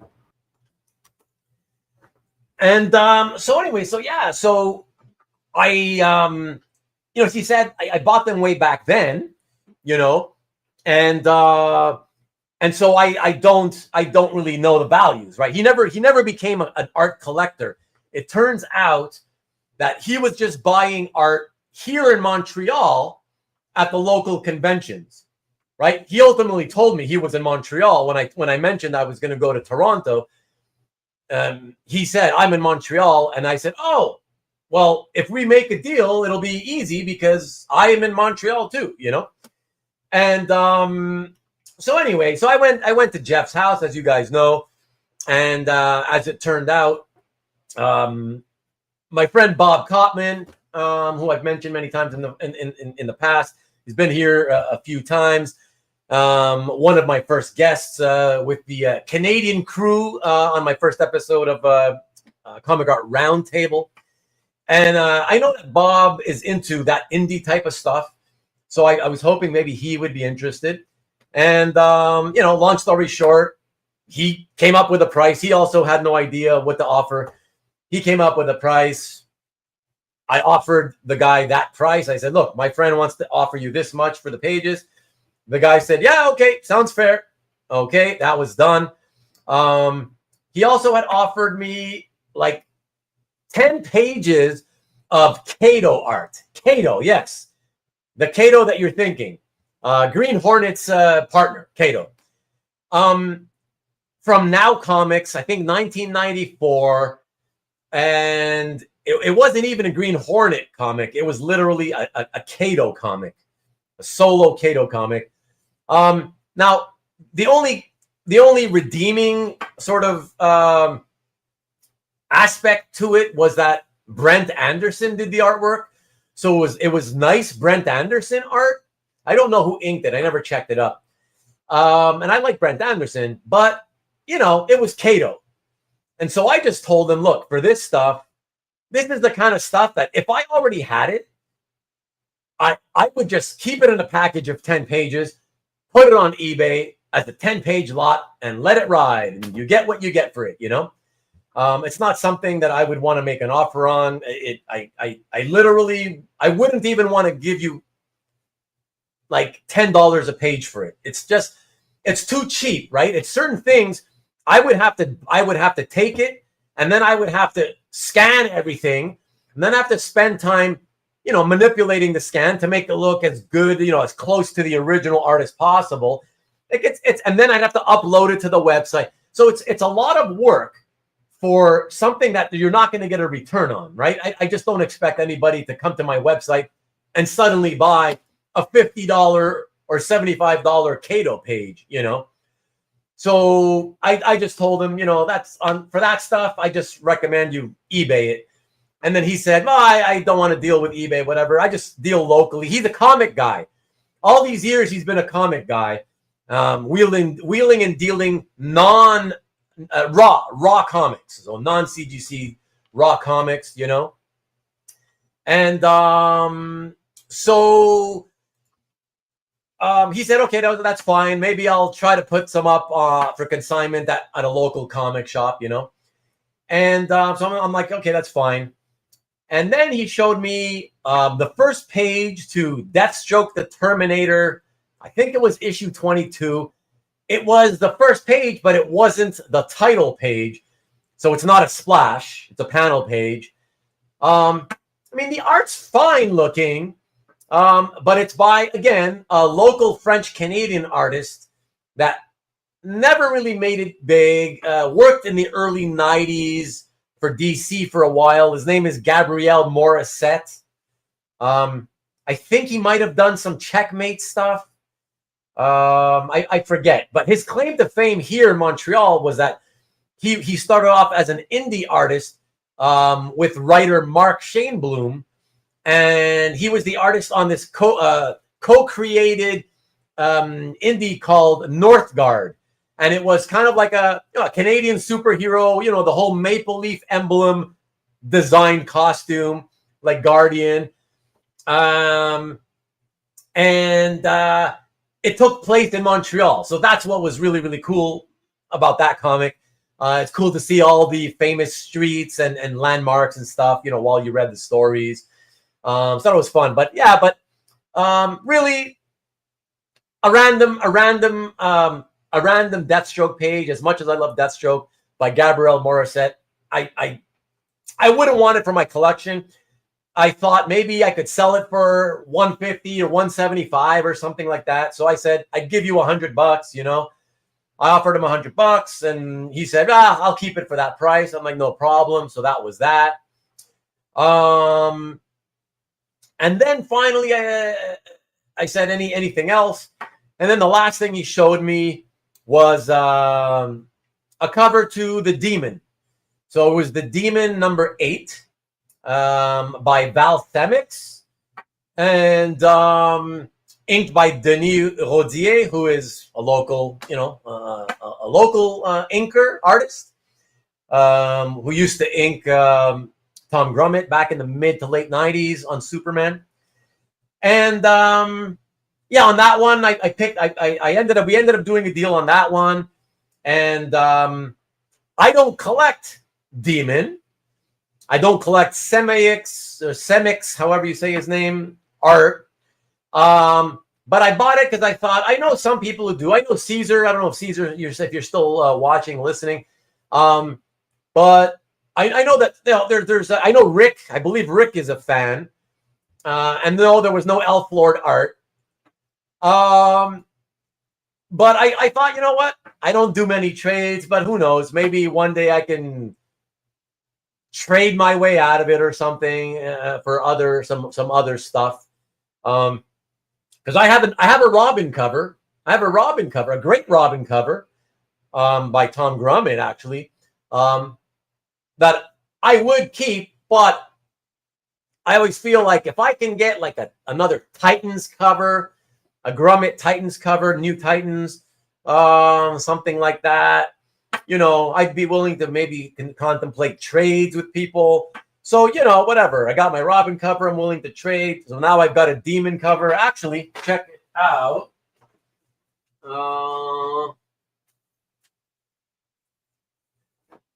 I can show you.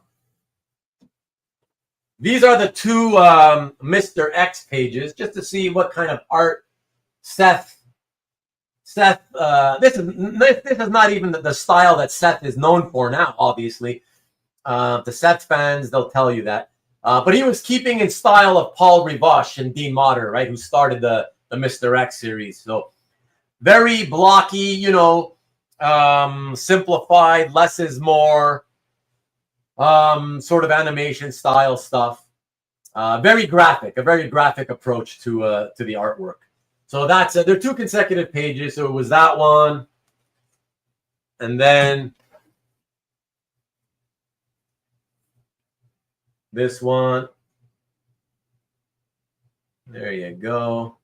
The car ran into a billboard. That's a giant billboard at the bottom there. All right. And yes, indeed, Rickster. There you go. So stained glass, really, really, really cool. Obviously not the demon for real with a full body, like most people would like to have. But at least from a graphic, from an aesthetic point of view, it's beautiful. It's always been a very beautiful designed cover, beautifully designed cover, So yeah, so there you go. And that's that. And that's it. That's all we did. I ended up meeting the gentleman in person. I figured I'll get together. I took him out to lunch, bought him some lunch, and we had a great chat. These things, the way they go sometimes, a small world being a small world sometimes, right? He was only 2 years older than me, and I ended up finding out that even though I didn't recognize him, which I still find it odd. He said back in the late 80s and into the early 90s, he said he used to set up at the local cons here. I don't recognize him, and I recognize pretty much everybody from back then. I remember everybody from back then. But whatever. And so he used to set up and sell comics at the cons, and I did for a few years myself, which is more reason why it's weird that I wouldn't recognize him.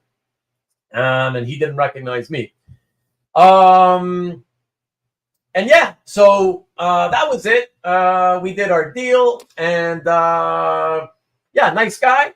Very, very happy, lovely to have met him. He says his brother does have some art, but is not looking to sell it now. But didn't say that there's anything, I asked about, being that he was buying from Canadian artists who were coming to the local shows. I thought, wow, any chance you ended up getting anything from McFarlane when he came? Or Dale Keown when he came? And I think he said he stopped going to the conventions before those guys were guests. So he didn't have anything from them. So that's it. That's my story about a local art deal. So it was fun. Let me jump back in, guys. Of course, as you know, I am not looking at your comments because I'm alone now. So I don't have time to stop talking. I got to keep it rolling. Let me see. So let me rewind at least a little bit. It was not through Illustrad. Obviously, it's Seth. Canoe Man, the comic. Ruben wants some 4 on the floor art with canoe head pages. What the hell are you talking about? What? Carl later. Carl. No all floor art. No Taris update tonight. You got the Taris update tonight. You got it. What are you talking about? That means you just revealed yourself to have left earlier when I did my tariff update, Tom. This way, now we know that you don't stick around for the whole show like you make everybody think you do. Now we know you go away and then come back from time to time. All right. Package deal. Package deal for what? For the those 10 Cato pages? Yeah, I just can't. It's not worth the value. It's not worth the time that just the time I'll have to put into it to market them. And not worth getting. Demon cover. So no, I didn't get them all. Like I said, I let him keep the Cato pages plus that Deathstroke page. Let me see with how many dealers recycling art, fresh to markets. Yeah, that was really, to me, that was the fun part. Like, even though it's not like, wow, some Jim Lee or McFarlane type piece, just the fact that it was stuff that it was tucked away in a private collection, some, the Mr. X pages since 1989. Yeah, and the Demon cover, I think since 1992 or something like that. Yeah, it's always fun to uncover stuff for the first time that you never seen before, So yeah, exactly. Very nice. It's always fun. Hey, DJ still here. Wow.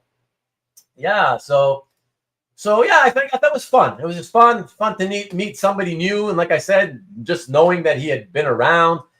And I have a friend who goes and sometimes sells statues and comic books on consignment at a local comic shop.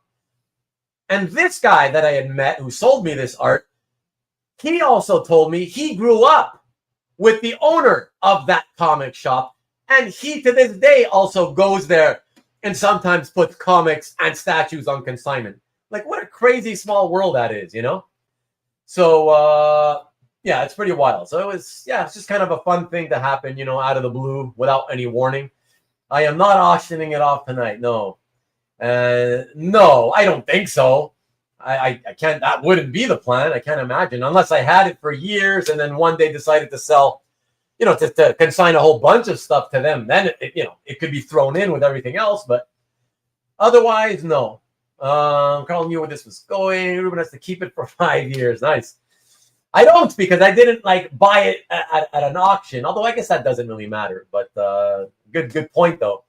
Talking about liquidating his art 3 weeks ago, talking about his mortality. That's true. I talk about that. I've been talking about that for years, Marcus. Not just for 3 weeks ago.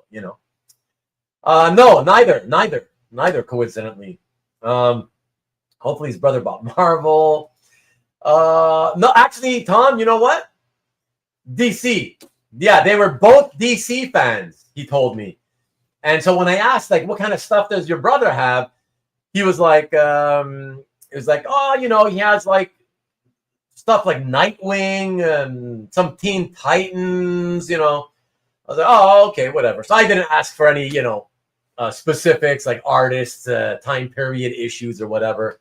But I'm thinking from the 90s, early 90s, stuff like that. I doubt it would be like George Perez or anything like that, especially since these guys were buying from the local cons. And George never, to my knowledge, he never came here until 2012. So why am I the ignorer? Oh, I missed you. Okay, bye, DJ. Have a good one. Thanks for hanging out. Oh, I know, good Lord. I know you are. Those pages make good gifts for your get-togethers. You want me to hand these out for free? Why would I do that? Does anybody at the get-together give me anything? Are you nuts? I think we're alone now. There doesn't seem anyone around. Which version? The Tiffany version? I think you love Tiffany. I think you're a Tiffany guy. What else? Ruben's like, near a wolf. Beverly leaves his study. Hope you didn't need to hit the head. And Yevgeny's back home from being on the road. Nice. Have a good one, Maki Poo Poo. Have a great week, pal. Okay, so that's it. So that's the end of that story. What else do we got? What else? Okay, so yeah. Since we're already 11, I may not even really get to the comics, and I don't really have much to talk about in terms of film or television. I haven't seen much. I saw a little bit. So yeah, let me tell you about let me get to this. Oh, have a good time at the convention, Michael, by the way. Yeah. Tiffany's birthday was yesterday? How would you know something like that? That's all right, Yevgeny. Whatever, man. You catch what you can and you miss what you have to. That's it. No worries. Yeah, have a great week and enjoy the convention again, Michael. So we'll talk about the Sydney Sweeney thing. I just wanted you guys to see this thing. I'm sure some of you probably saw it. Yeah, you're not going to stretch the show out that way, Stanley. I'm going to show you some stuff here, guys. And this is, again, some of you may have seen this already on social media. And if you do, oh, well, you've already seen it. You'll have to just stick with us. But this kind of was I was going to show you, and I was going to show you this, and then it was going to lead into that conversation we had earlier about the casting of certain female characters, you know. I wouldn't call it AI. No, it's not quite AI. I mean, I believe it's not AI. I what I read was that it was handmade. So let's check it out. Yeah, let me put the black screen here so that or maybe hold on, maybe I can move over to the side. Nah, whatever. I'll do the. I think I'll do the. Yeah, I'll do this. So I can at least I'll still stay on the screen. All right. Tiffany from the late 80s, Tiffany, right? The musician we're talking about. The solo singer. The one who started singing at shopping malls. That one. That's the one I was talking about. So unless you tell me your wife's name was Tiffany, which I don't know, then I don't know. Then we're talking about something different. So it is that you're talking about the singer. Yeah, yeah, because I remember she was around my age. I remember that. So yeah, that would make sense that she's 54 now. Yeah. Okay, so Tommy James and the Shondells. Yeah, me too, Rick. Although I will give Tiffany credit. At the time it was catchy and I did enjoy it. But of course I prefer Tommy James and the Shondells. And what about Breakfast at Tiffany's? I did enjoy that. Jason. Of course, even when I first saw it, though, I saw it, I think, 2 or 3 times. I got to tell you, even the first time that I saw it, which, okay, granted, it wasn't really back in the 80s or like when I was a kid. Maybe it was in the late 90s or early 2000s, something like that. I was very disturbed. Like I was groaning and rolling my eyes at the scene with, what's his name? The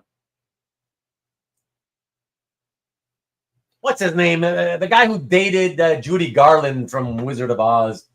The short guy. He was known because he was short. Whatever. He played the apartment superintendent. Okay. Oh, did I just see speakers cutting out? Hold on, guys. Thanks for confirming, Tom. Thanks for confirming. If anybody else, yeah, somebody else answer. If only, don't answer unless you are cutting out, though. I think it might be your phone service. Or Tom says that the speaker is cutting in and out.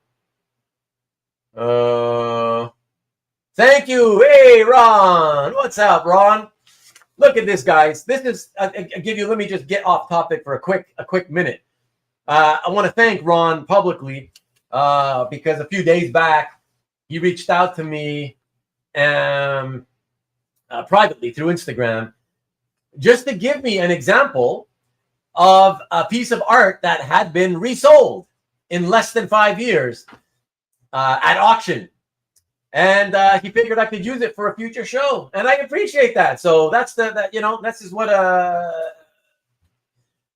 always so thankful for to you guys for. I get guys who Ron. You never see Ron here in the chat with us live, and yet he's watching, and then he's looking out. He's looking out for me that way. I appreciate that. So I thanked him obviously privately, but I figured it's worth thanking him. Publicly as well too, because although it's not been difficult to find examples that I need for the Stop the Insanity series, I'm always happy to see people send me some from time to time because I may not have them. You never know. I may not. I can't see them all, right? So thank you, Ron. I appreciate that. And yes, and thank you for that. Thank you for reminding me it was Mickey Rooney, exactly. Andy Rooney. I used to love that old curmudgeon, Andy Rooney, Marcus. I used to love him. I was sad when he passed away. Back to normal. Glad to hear it, Mike. Glad to hear it. So I just wanted to say, I did enjoy the movie. I love I love it, and who doesn't love her singing? Moon River. George Peppard as a young man. as opposed to the older man he looked like when he was on the A team when we were all kids, But yeah, enjoyed the movie. But even that first time I saw it, I cringed so hard at, when he first comes on scene with the ridiculous fake buck teeth and all. Oh my God, so bad. So bad. Like, yeah, that's awful. So I have on occasion thought, hey, maybe I'll watch that again. And then when I would think about the Rooney character, I'd be like, ugh, you know what? I don't know if I want to see that again just because of that stupid, the character, yeah. But you love it when a plan comes together at Tiffany's. I'm sure you do. Chevy Chase sung in the movie Fletch. I didn't see Fletch, but I'll take your word for it. Rooney was great, and he was in Night at the Museum. I saw that. I don't remember. I saw it years so long ago, so I don't remember. I thought it was an okay movie. I didn't think it was great. So let me get back to what I was saying, guys, here. It's going to make it difficult to break this up into chapters because, of course, I can't start a new topic and then suddenly get off topic and go back and talk about another one. Let me do this with the the old guards. Yeah, thank you, Tom. Thank you. That's what I was kind of thinking. It might have been a guard. So the Sydney Sweeney thing. So here, check this out. I'll go here. And I'm going to show you a series of scans. All right. Check this out. This lets you, it kind of gives you an idea, a really great idea of what it could look like if, at least from the neck up, facial wise, because when you're going to see these scans, the figure is way exaggerated you'll see for obvious reasons. Okay, the proportions. But yeah, very cool. Check this out. All right, let me see if I can make myself at least a little bigger. Okay, I can. All right, I'll go here. All right, so check this out. I've got plenty so you can see from a different views.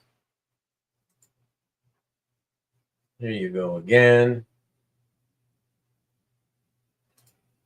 Here you go again.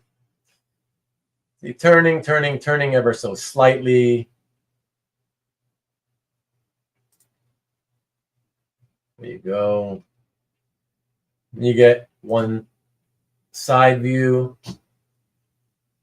and then one rear view.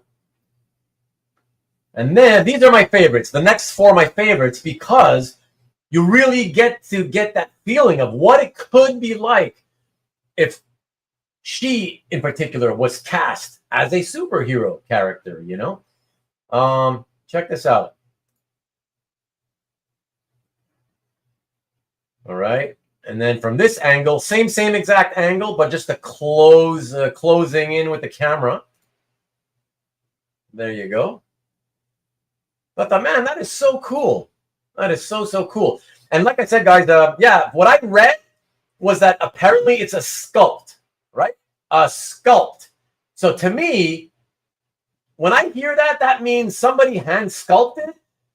But you guys who are into statues probably know a lot more than I do about that stuff. And I do have to say that because it looks so much like her, the likeness is so spot on in the face. I feel like, is it really possible that it's handmade? Or is this kind of like with a laser where somebody draws her on a computer and then they use the computer to laser cut the maquette? You know what I mean? The statue, whatever you want to call it. So I'm not sure, but let me jump in and see if you guys are saying. I photoshopped these myself. Well, no, because she's got, Jason, she's got, but even she ain't got that much, So there, look at that picture. Hands on. I am not a statue collector. See, that's what I'm saying, Goo. Exactly. This is what I'm, again, I don't know. if it wasn't such a great likeness on the face, I would assume that, okay, yeah, it's a somebody hand carved, the model, like with clay or whatever, and then you fire it old school in the oven, and then you make copies of it or whatever with a mold, But given that okay, this is just one of the statues. It's not, you never know how big or how small the actual clay statue, right? The original might be. But usually artists don't seem to work all that big. Certainly not big enough that I would feel they'd be able to capture a famous person's likeness this well. So yeah, so I don't know. I'm like I said, they called it, the guy said, it was the guy himself who said, oh, this is my latest one, my latest sculpt. He called it a sculpt. This is my latest sculpt. So to me, when you say that, it sounds like it means you sculpted it, right? With clay and with chisels or whatever tools you're using.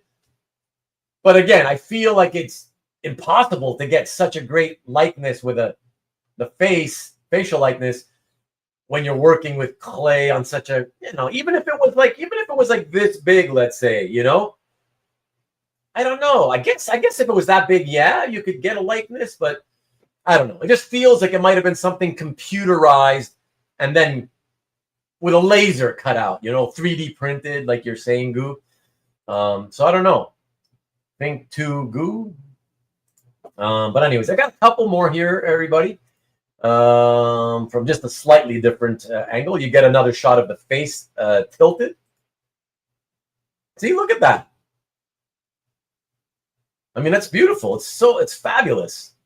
Such a, look, I won't be as impressed if I found out it was a 3D printed thing, off of a, done with computers. Then that's not impressive.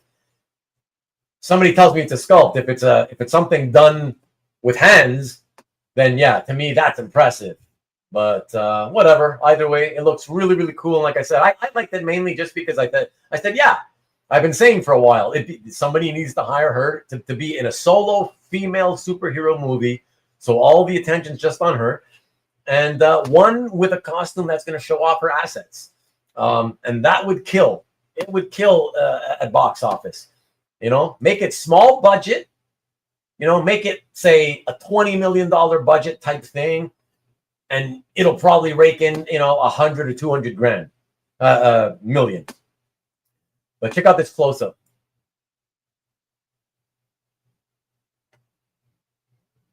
Right?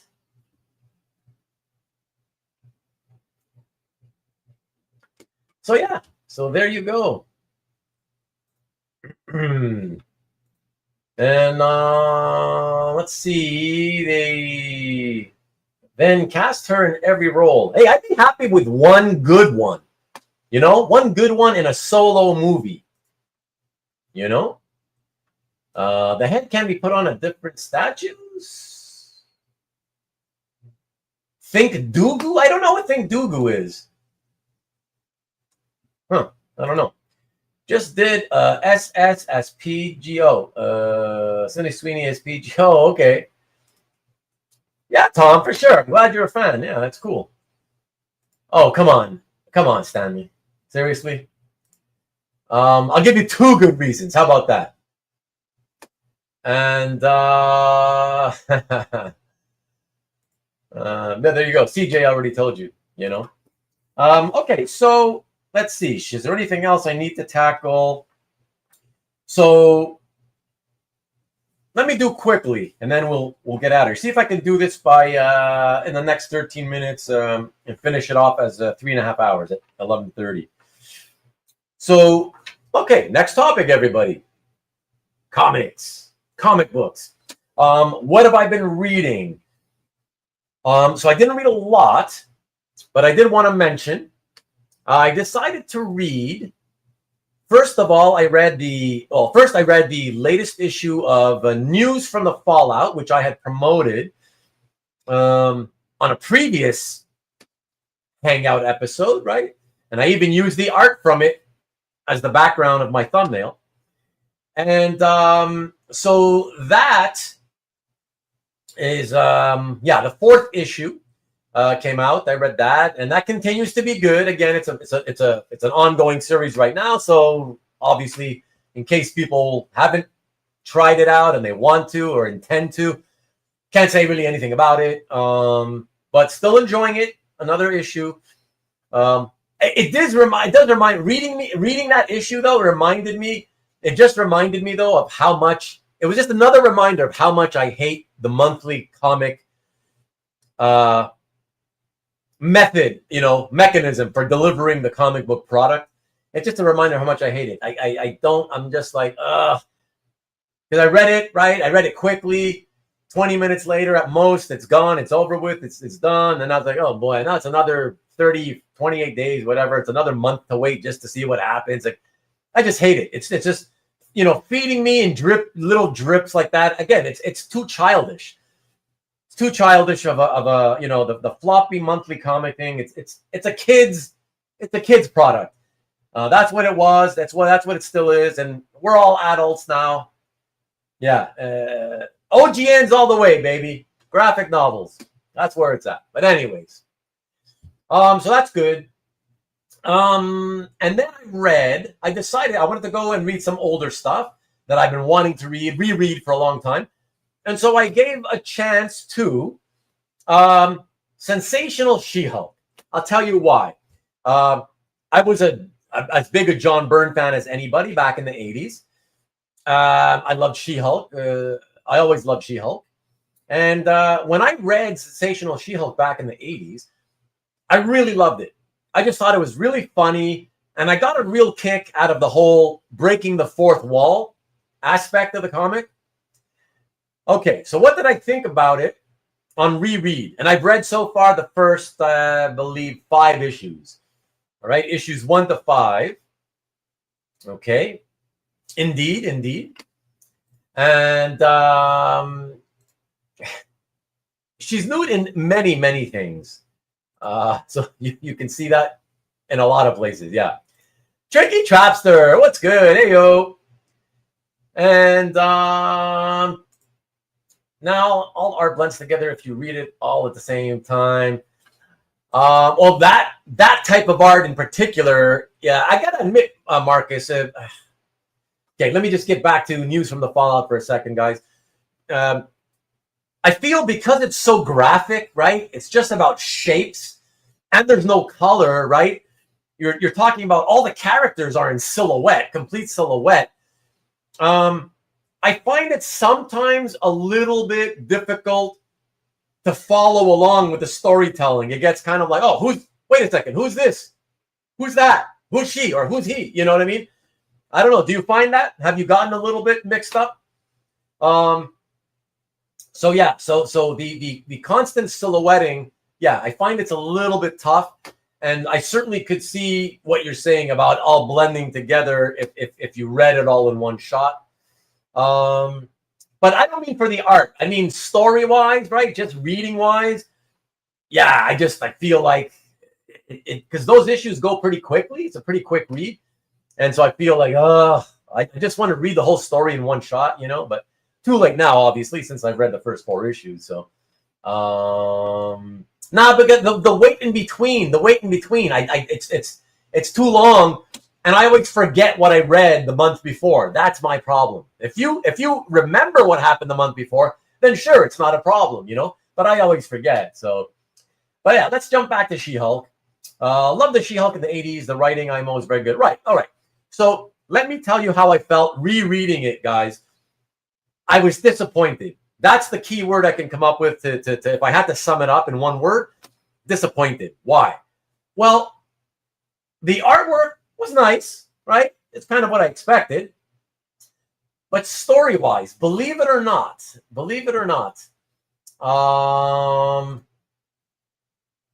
indeed. Good one too. Good one. Interesting. Although it feels very a Walking Dead-ish, right from the beginning, they'd all be walking, looking for a place to live, and oh, look at this. We suddenly run into this strange new character, is he going to be good or bad? It really had that vibe. But then again, obviously, the whole series kind of does, and I mentioned when I first talked about it, it kind of does have that whole, post-apocalyptic vibe to it anyway, so not too surprising. But She-Hulk, yeah. So disappointed in She-Hulk. Why? Believe it or not, even though, so basically, what I used to love about Sensational She-Hulk by John Byrne back when it first came out is what I didn't like this time. And I was disappointed to find that out. Sadly, I wish I didn't. But I actually disliked the breaking the fourth wall aspect of it. I was just like, I don't know. It was annoying. I felt it was annoying. I just kept thinking, okay, you know what? I don't need you to be doing this. I don't need you to be talking to me, She-Hulk, whatever. And I especially disliked the issue where they're just putting Post-it notes everywhere with notes from like the editor, Bobby Chase, to John Byrne or whatever, or to Tom DeFalco, like, hey, 5 pages in, nothing's happened yet. When's the action going to happen, Byrne? And then you see another Post-it note from Tom DeFalco or whatever. Yeah, what's happening? What's going on? And then, yeah, whatever, all that stuff. Again, I liked it back in the day, but this time I found it annoying. She-Hulk looking. My wonderful daughter just came in to tell me I love those. She read a few She-Hulk issues back a few years ago. But this time, good night.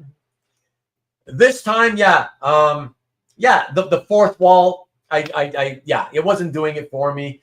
I just found it annoying. I found that the stories are fine. It's still a fun, easy read, which is what I was looking for.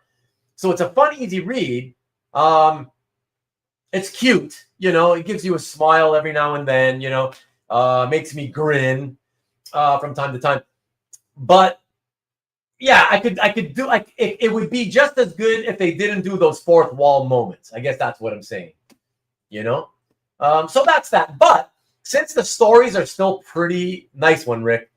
Since the stories are still pretty decent and simple and fun, I'm still gonna continue at least the Byrne stuff. And then we'll see. I'm not so sure what'll happen after that, At the time where we were in comics and TV, it was cool. We just have grown and are used to so much of everything. Yeah, I agree, Tom. I agree. I agree. It was definitely cool in its time. And I think that had a lot to do with it. The fact that at the time, breaking the fourth wall that way over and over, it was new in mainstream superhero comics, And so the newness of it all, I think, is what helped to make it, look, that's so funny. She's talking to us or whatever, or she's talking to John Byrne or, but all these decades later, it's just, it's kind of, it's old hat now. It doesn't seem as funny as it once did, all it was is just another brick in the wall. The jaded She-Hulk reader. Yeah, no, not jaded. Because if I was jaded, Marcus, I wouldn't continue. I would have stopped after the first 2 issues. I'm disappointed that I didn't find the fourth wall stuff enjoyable, or at least neutral. If I found it neutral, that would still be okay. It's that I found it disappointing. I found it annoying. I kept finding myself wishing she would stop doing that. Indeed, Mickey. That's my thing, right? Back then, especially, it was new and fresh, and I think that had something to do with it, right? It stood out because of that. But yeah, it's kind of old hat now, whatever, and yeah. Jade, huh? Explain that. It's the 80s. We loved it when Ferris Bueller did it. Well, yeah, but also don't forget, Marcus. Don't forget, and I haven't seen it in a while. But didn't Ferris only do it that one time? Wasn't it just one scene? Because I'm remembering that one specific scene when he looks and he does it to the camera. I don't think he did it. I don't remember him doing it throughout the movie, right? Yeah. So that's it. So because if he had been doing it throughout the movie, I probably wouldn't have liked it. I think it probably he talks to the camera a lot. Really? He did it all throughout the movie a lot though. Maybe it was more subtle, and that's why I just don't remember those parts. Or maybe, yeah, maybe I just felt like, okay, yeah, cool, whatever, but move on, But yeah, I'll have to watch that again sometime soon. Talks about camera. Oh, thank you for reminding me, Tom. That's a great reminder. Yes. Now I remember that. Yes, that's true. That's true. So it was more than once because yes, he kept saying things about his buddy or whatever. Yeah. Okay.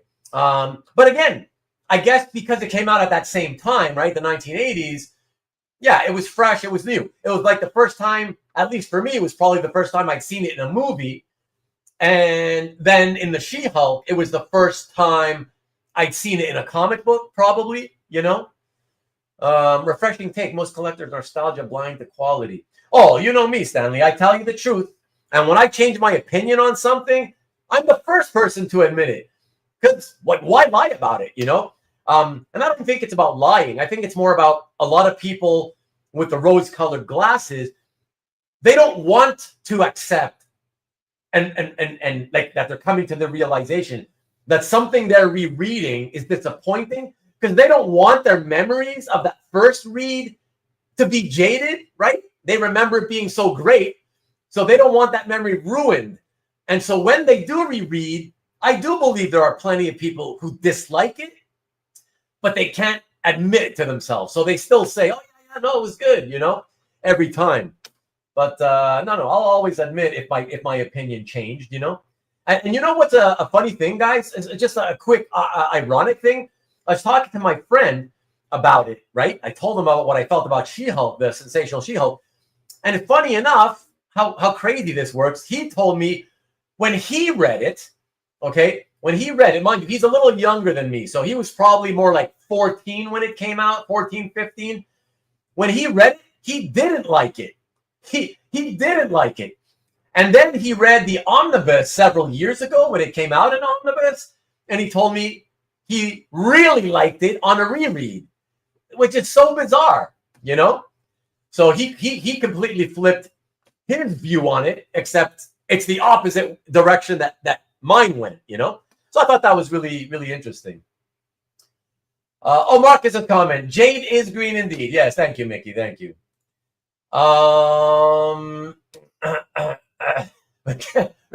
Jesus land. Yes. Okay, I get it. It was too sophisticated. Yes, exactly. That's like being married as well. Ooh, watch married comments. You're married, Tom. Don't be making marriage comments like that. Jade greater than Pink. Jada Pinkett Smith. Nice. Keep Jada's name out of your mouth. Let me see. Was there anything else that I had read? I bet you there was one. I think I mentioned this to you guys. I think I did mention it to you guys.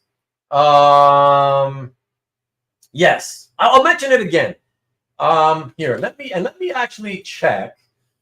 Give me a second, you guys. I want to see if I can upload. First of all, let me see if I have. I thought I had. Yes, here we go. Check this out. Okay. All right. So, everybody, this is Titans Annual #1 from 2025. This came out, I want to say in the summertime, like June or July. And I just want to, I know I talked about it, so I don't want to stay long on it. But I just want to say, especially to those of you who remember loving the Wolfman, George Perez, Teen Titans, okay? If you are like me, if you love the whole run in general, I recommend this. Hunt this down and read it. I highly recommend it. But I especially recommend it if you were like me and back in the day when you read it monthly and you read it for years. And if you were like me, and much like I always describe the X-Men, where like I felt like they became a family, right? They became a family. And then as a reader, I felt like they became part of my family, or I became part of their family, you know. I fell in love with the characters. So I fell in love with pretty much most of them. Donna certainly was one of them. Wonder Girl, right, who later became Troya. So I just want to say, so if you loved that era of Teen Titans, but especially if you ever felt like you really loved the character of Donna Troy, Wonder Girl, you absolutely have to hunt this down. This is my vote is for comic book of the year for 2025. And yes, I admit, obviously, I don't read a ton of comics, but I love this. This was so good. It's probably my favorite single issue, probably in a few years. Yeah, so take that for whatever it's worth. But if you ever loved Donna Troy, you absolutely have to hunt this down, like Titans hunt, and read this. It's written and drawn by Phil Jimenez, who has a love of the character, and he puts his heart and soul into this. And I'll tell you right now, it's not a Titan story. So the cover is deceptive. The cover is deceptive because the whole story is about Donna Troy. Okay, so you need to know that going in. Don't buy it if you're looking for Teen Titans superhero action. That's not what's going to happen. This is this is a must read for anybody who just loves Donna Troy. Anybody who likes to read heartfelt, emotional stories. And that's it. That's basically what I want to say about that. Terry Long, as far as Terry Long goes, so this is the thing, Marcus. I did not know. And I think you must be joking. I'm sure you're joking, of course, but I'm going to say this because obviously it must have happened years ago. So spoilers are no longer in effect. But I had to read this story because I haven't read any Titans probably since the Mike McCone series. So probably since I stopped reading that series in 2006 or 7. I don't think I read Titans after that. And I got to tell you, I did not know that my favorite, Terry Long, the ugliest character ever in comics, died. Terry died. But while I was shocked and somewhat happy to hear that, I would have been happier if he had just kind of been written out of the series, out of the DC continuity. I don't need him to actually die. But any excitement over him being gone was sadly tempered with the knowledge that she also lost her son. So that's something else I did not know. And even worse, this issue is how I learned that Terry and their son, I don't know how old he was when in the comics when he died. I last saw the baby as, in the Tom Grummett New Titans run when she was, giving birth towards the end of that run. So I only knew the kid as a little baby, a newborn baby. And I didn't know that they both died and that they died in a car accident. So on top of them being gone, and again, I don't care about Terry, but I care about the baby.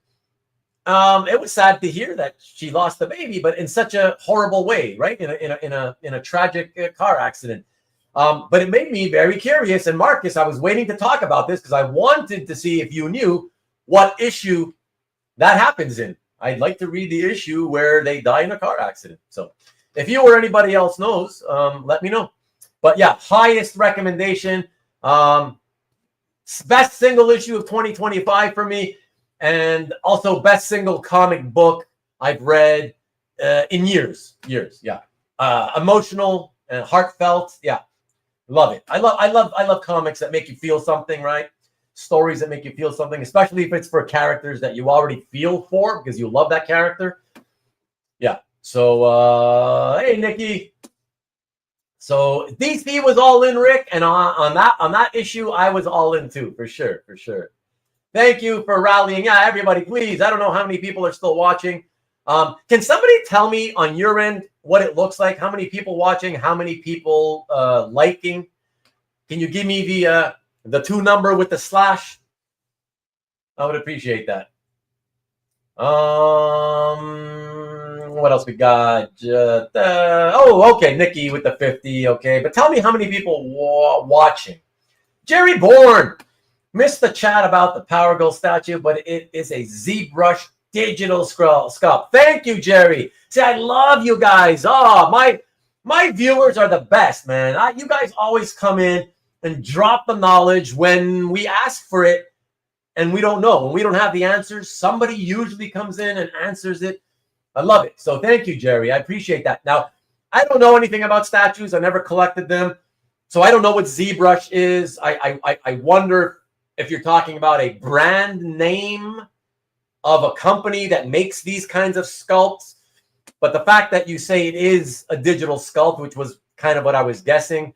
So Jerry, does that mean, can you tell us, does that mean it's basically drawn like on a computer, and then it's like a 3D printer thing? Like it's a computer that basically carves it all out? Is that what that is? What rocks? What rocks, Nikki? What rocks? The fact that you got 50 likes, that is pretty good. Says Wonder. Oh, thanks for checking it out, Marcus. Thank you. Wow, that's Wonder Woman 121. Wow, going back to the 90s. Terry and the baby died back in the 90s. So that's only a few years after she gave birth to the kid in the Tom Grummett New Titans run. Wow, I'm okay. I'm gonna have to check that out after. Okay. Titans talk indeed. So 50 viewers. Well, that doesn't make any sense. 50 viewers, 27 viewers, and 50 likes. Okay. Okay. Thank you, CJ. Okay. Thank you, Nick, for confirming. It will then be 3D printed and then molds made from the print. And okay, right. So that's what I was saying, Jerry, because I was guessing at how it was done, and I thought that I was saying that my guess was because of the fact that the facial likeness was so accurate, I said it had to be done by computer, not just somebody with clay and carving by hand with tools, the old school way. Yeah, so that's nice. Have a good one, Nikki. Thank you. Appreciate it, Tom. Thank you. So she can't play with He-Man action figures. A program. Oh, it's a program like Adobe Illustrator, but 3-dimensional. Got you. Thank you, man. Thank you. Yes, sir. I will not start collecting statues. No, thank you. No room for that anyways. So anyways, yeah, so that's the other thing I read, guys. And it was, I didn't read much else this week, so I'm pretty sure that's it. I do have to get to some recent issues of a Superman comic, the latest Superman comic. I think the one that Dan Mora draws on Derek's suggestion.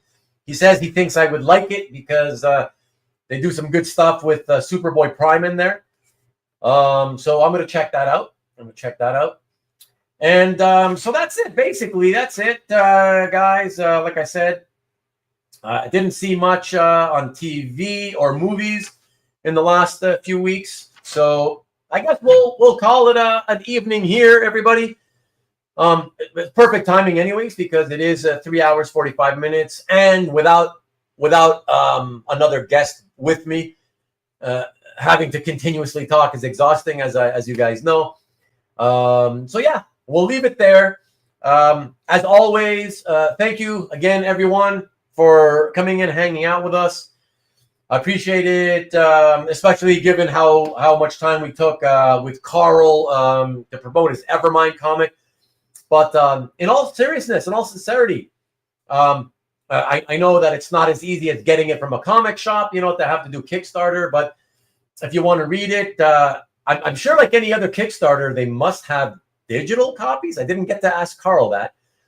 But if you want to get it the cheaper way, which is, I guess it's usually cheaper digitally, I definitely recommend it, especially to you guys. I really hope that some of you guys do check it out, because as most of you guys are science fiction fans, I want to know, now that I've read a science fiction comic book and liked it, I'd really like to know what science fiction fans think of it, you know? So that would be cool. So yeah, if you do, please do that. And like I said, and like Carl said, even if you don't want to contribute and order the comics from the Kickstarter, it would be great to help them out. Just do the follow this Kickstarter thing. Click that button. It helps out with the algorithm and all that stuff. So that'd be great. Yes, indeed, Tom. Indeed, it is. Thank you, Rick. I appreciate it. Have a good one. The schedule for the next month is, I have no schedule, nothing planned out. So it's probably it's probably Hangout next week, Hangout the week after, Hangout the week after that, and Hangout one more week after that. No, I don't know. I mean, it may be next week because it's already 1 week away and I've got nothing planned. I hope I can come up with something else that it's not just Hangout. But we'll see, Stanley. We'll see. Ruben should rewatch Blade Runner. I'm not kind of in the mood right now. I'd like to go and read something, but I have to stay up late and start breaking this up into chapters, unfortunately. But no, I got other things to watch. I'm watching actually America's Team, or America's something. An 8-part Netflix documentary on the Dallas Cowboys. Very entertaining so far. You don't have to be a Dallas fan. It talks about how Jerry Jones. That's how it starts. It's from how the Cowboys were losing, and Jerry Jones suddenly bought the franchise. Fired the longtime, legendary coach. Yeah, and then from there into the 90s, and how good they were in the 90s, and very fascinating behind the scenes stuff. So good to check it out. So, anyways, watch the Americans TV show. That's too many shows. I don't have time for another long TV show. Watch your football so we can talk about it. Well, I did, like I said, I did watch. Yes, Tom Landry. Exactly. Legend. Well, I watched the football. I watched the Lions. I watched. So you could have said something about the Lions game. I already knew that. Steelers kicked whose ass? Do you mean like back in the Landry days?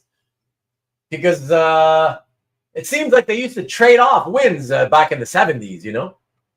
It's like the entire decade practically was either Cowboys or Steelers Super Bowl victories.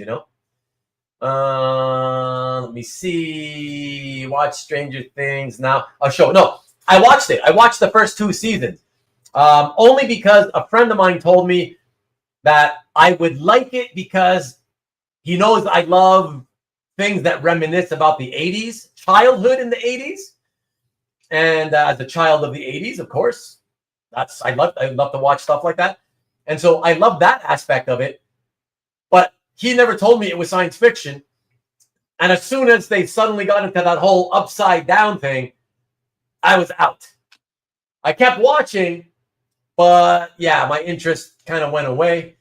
And yeah, I saw 2 seasons, like I said, and that was it. I lost interest. So Steelers beat the Cowboys in Super Bowl 10 and 13. There we go. Okay, yes. Yeah,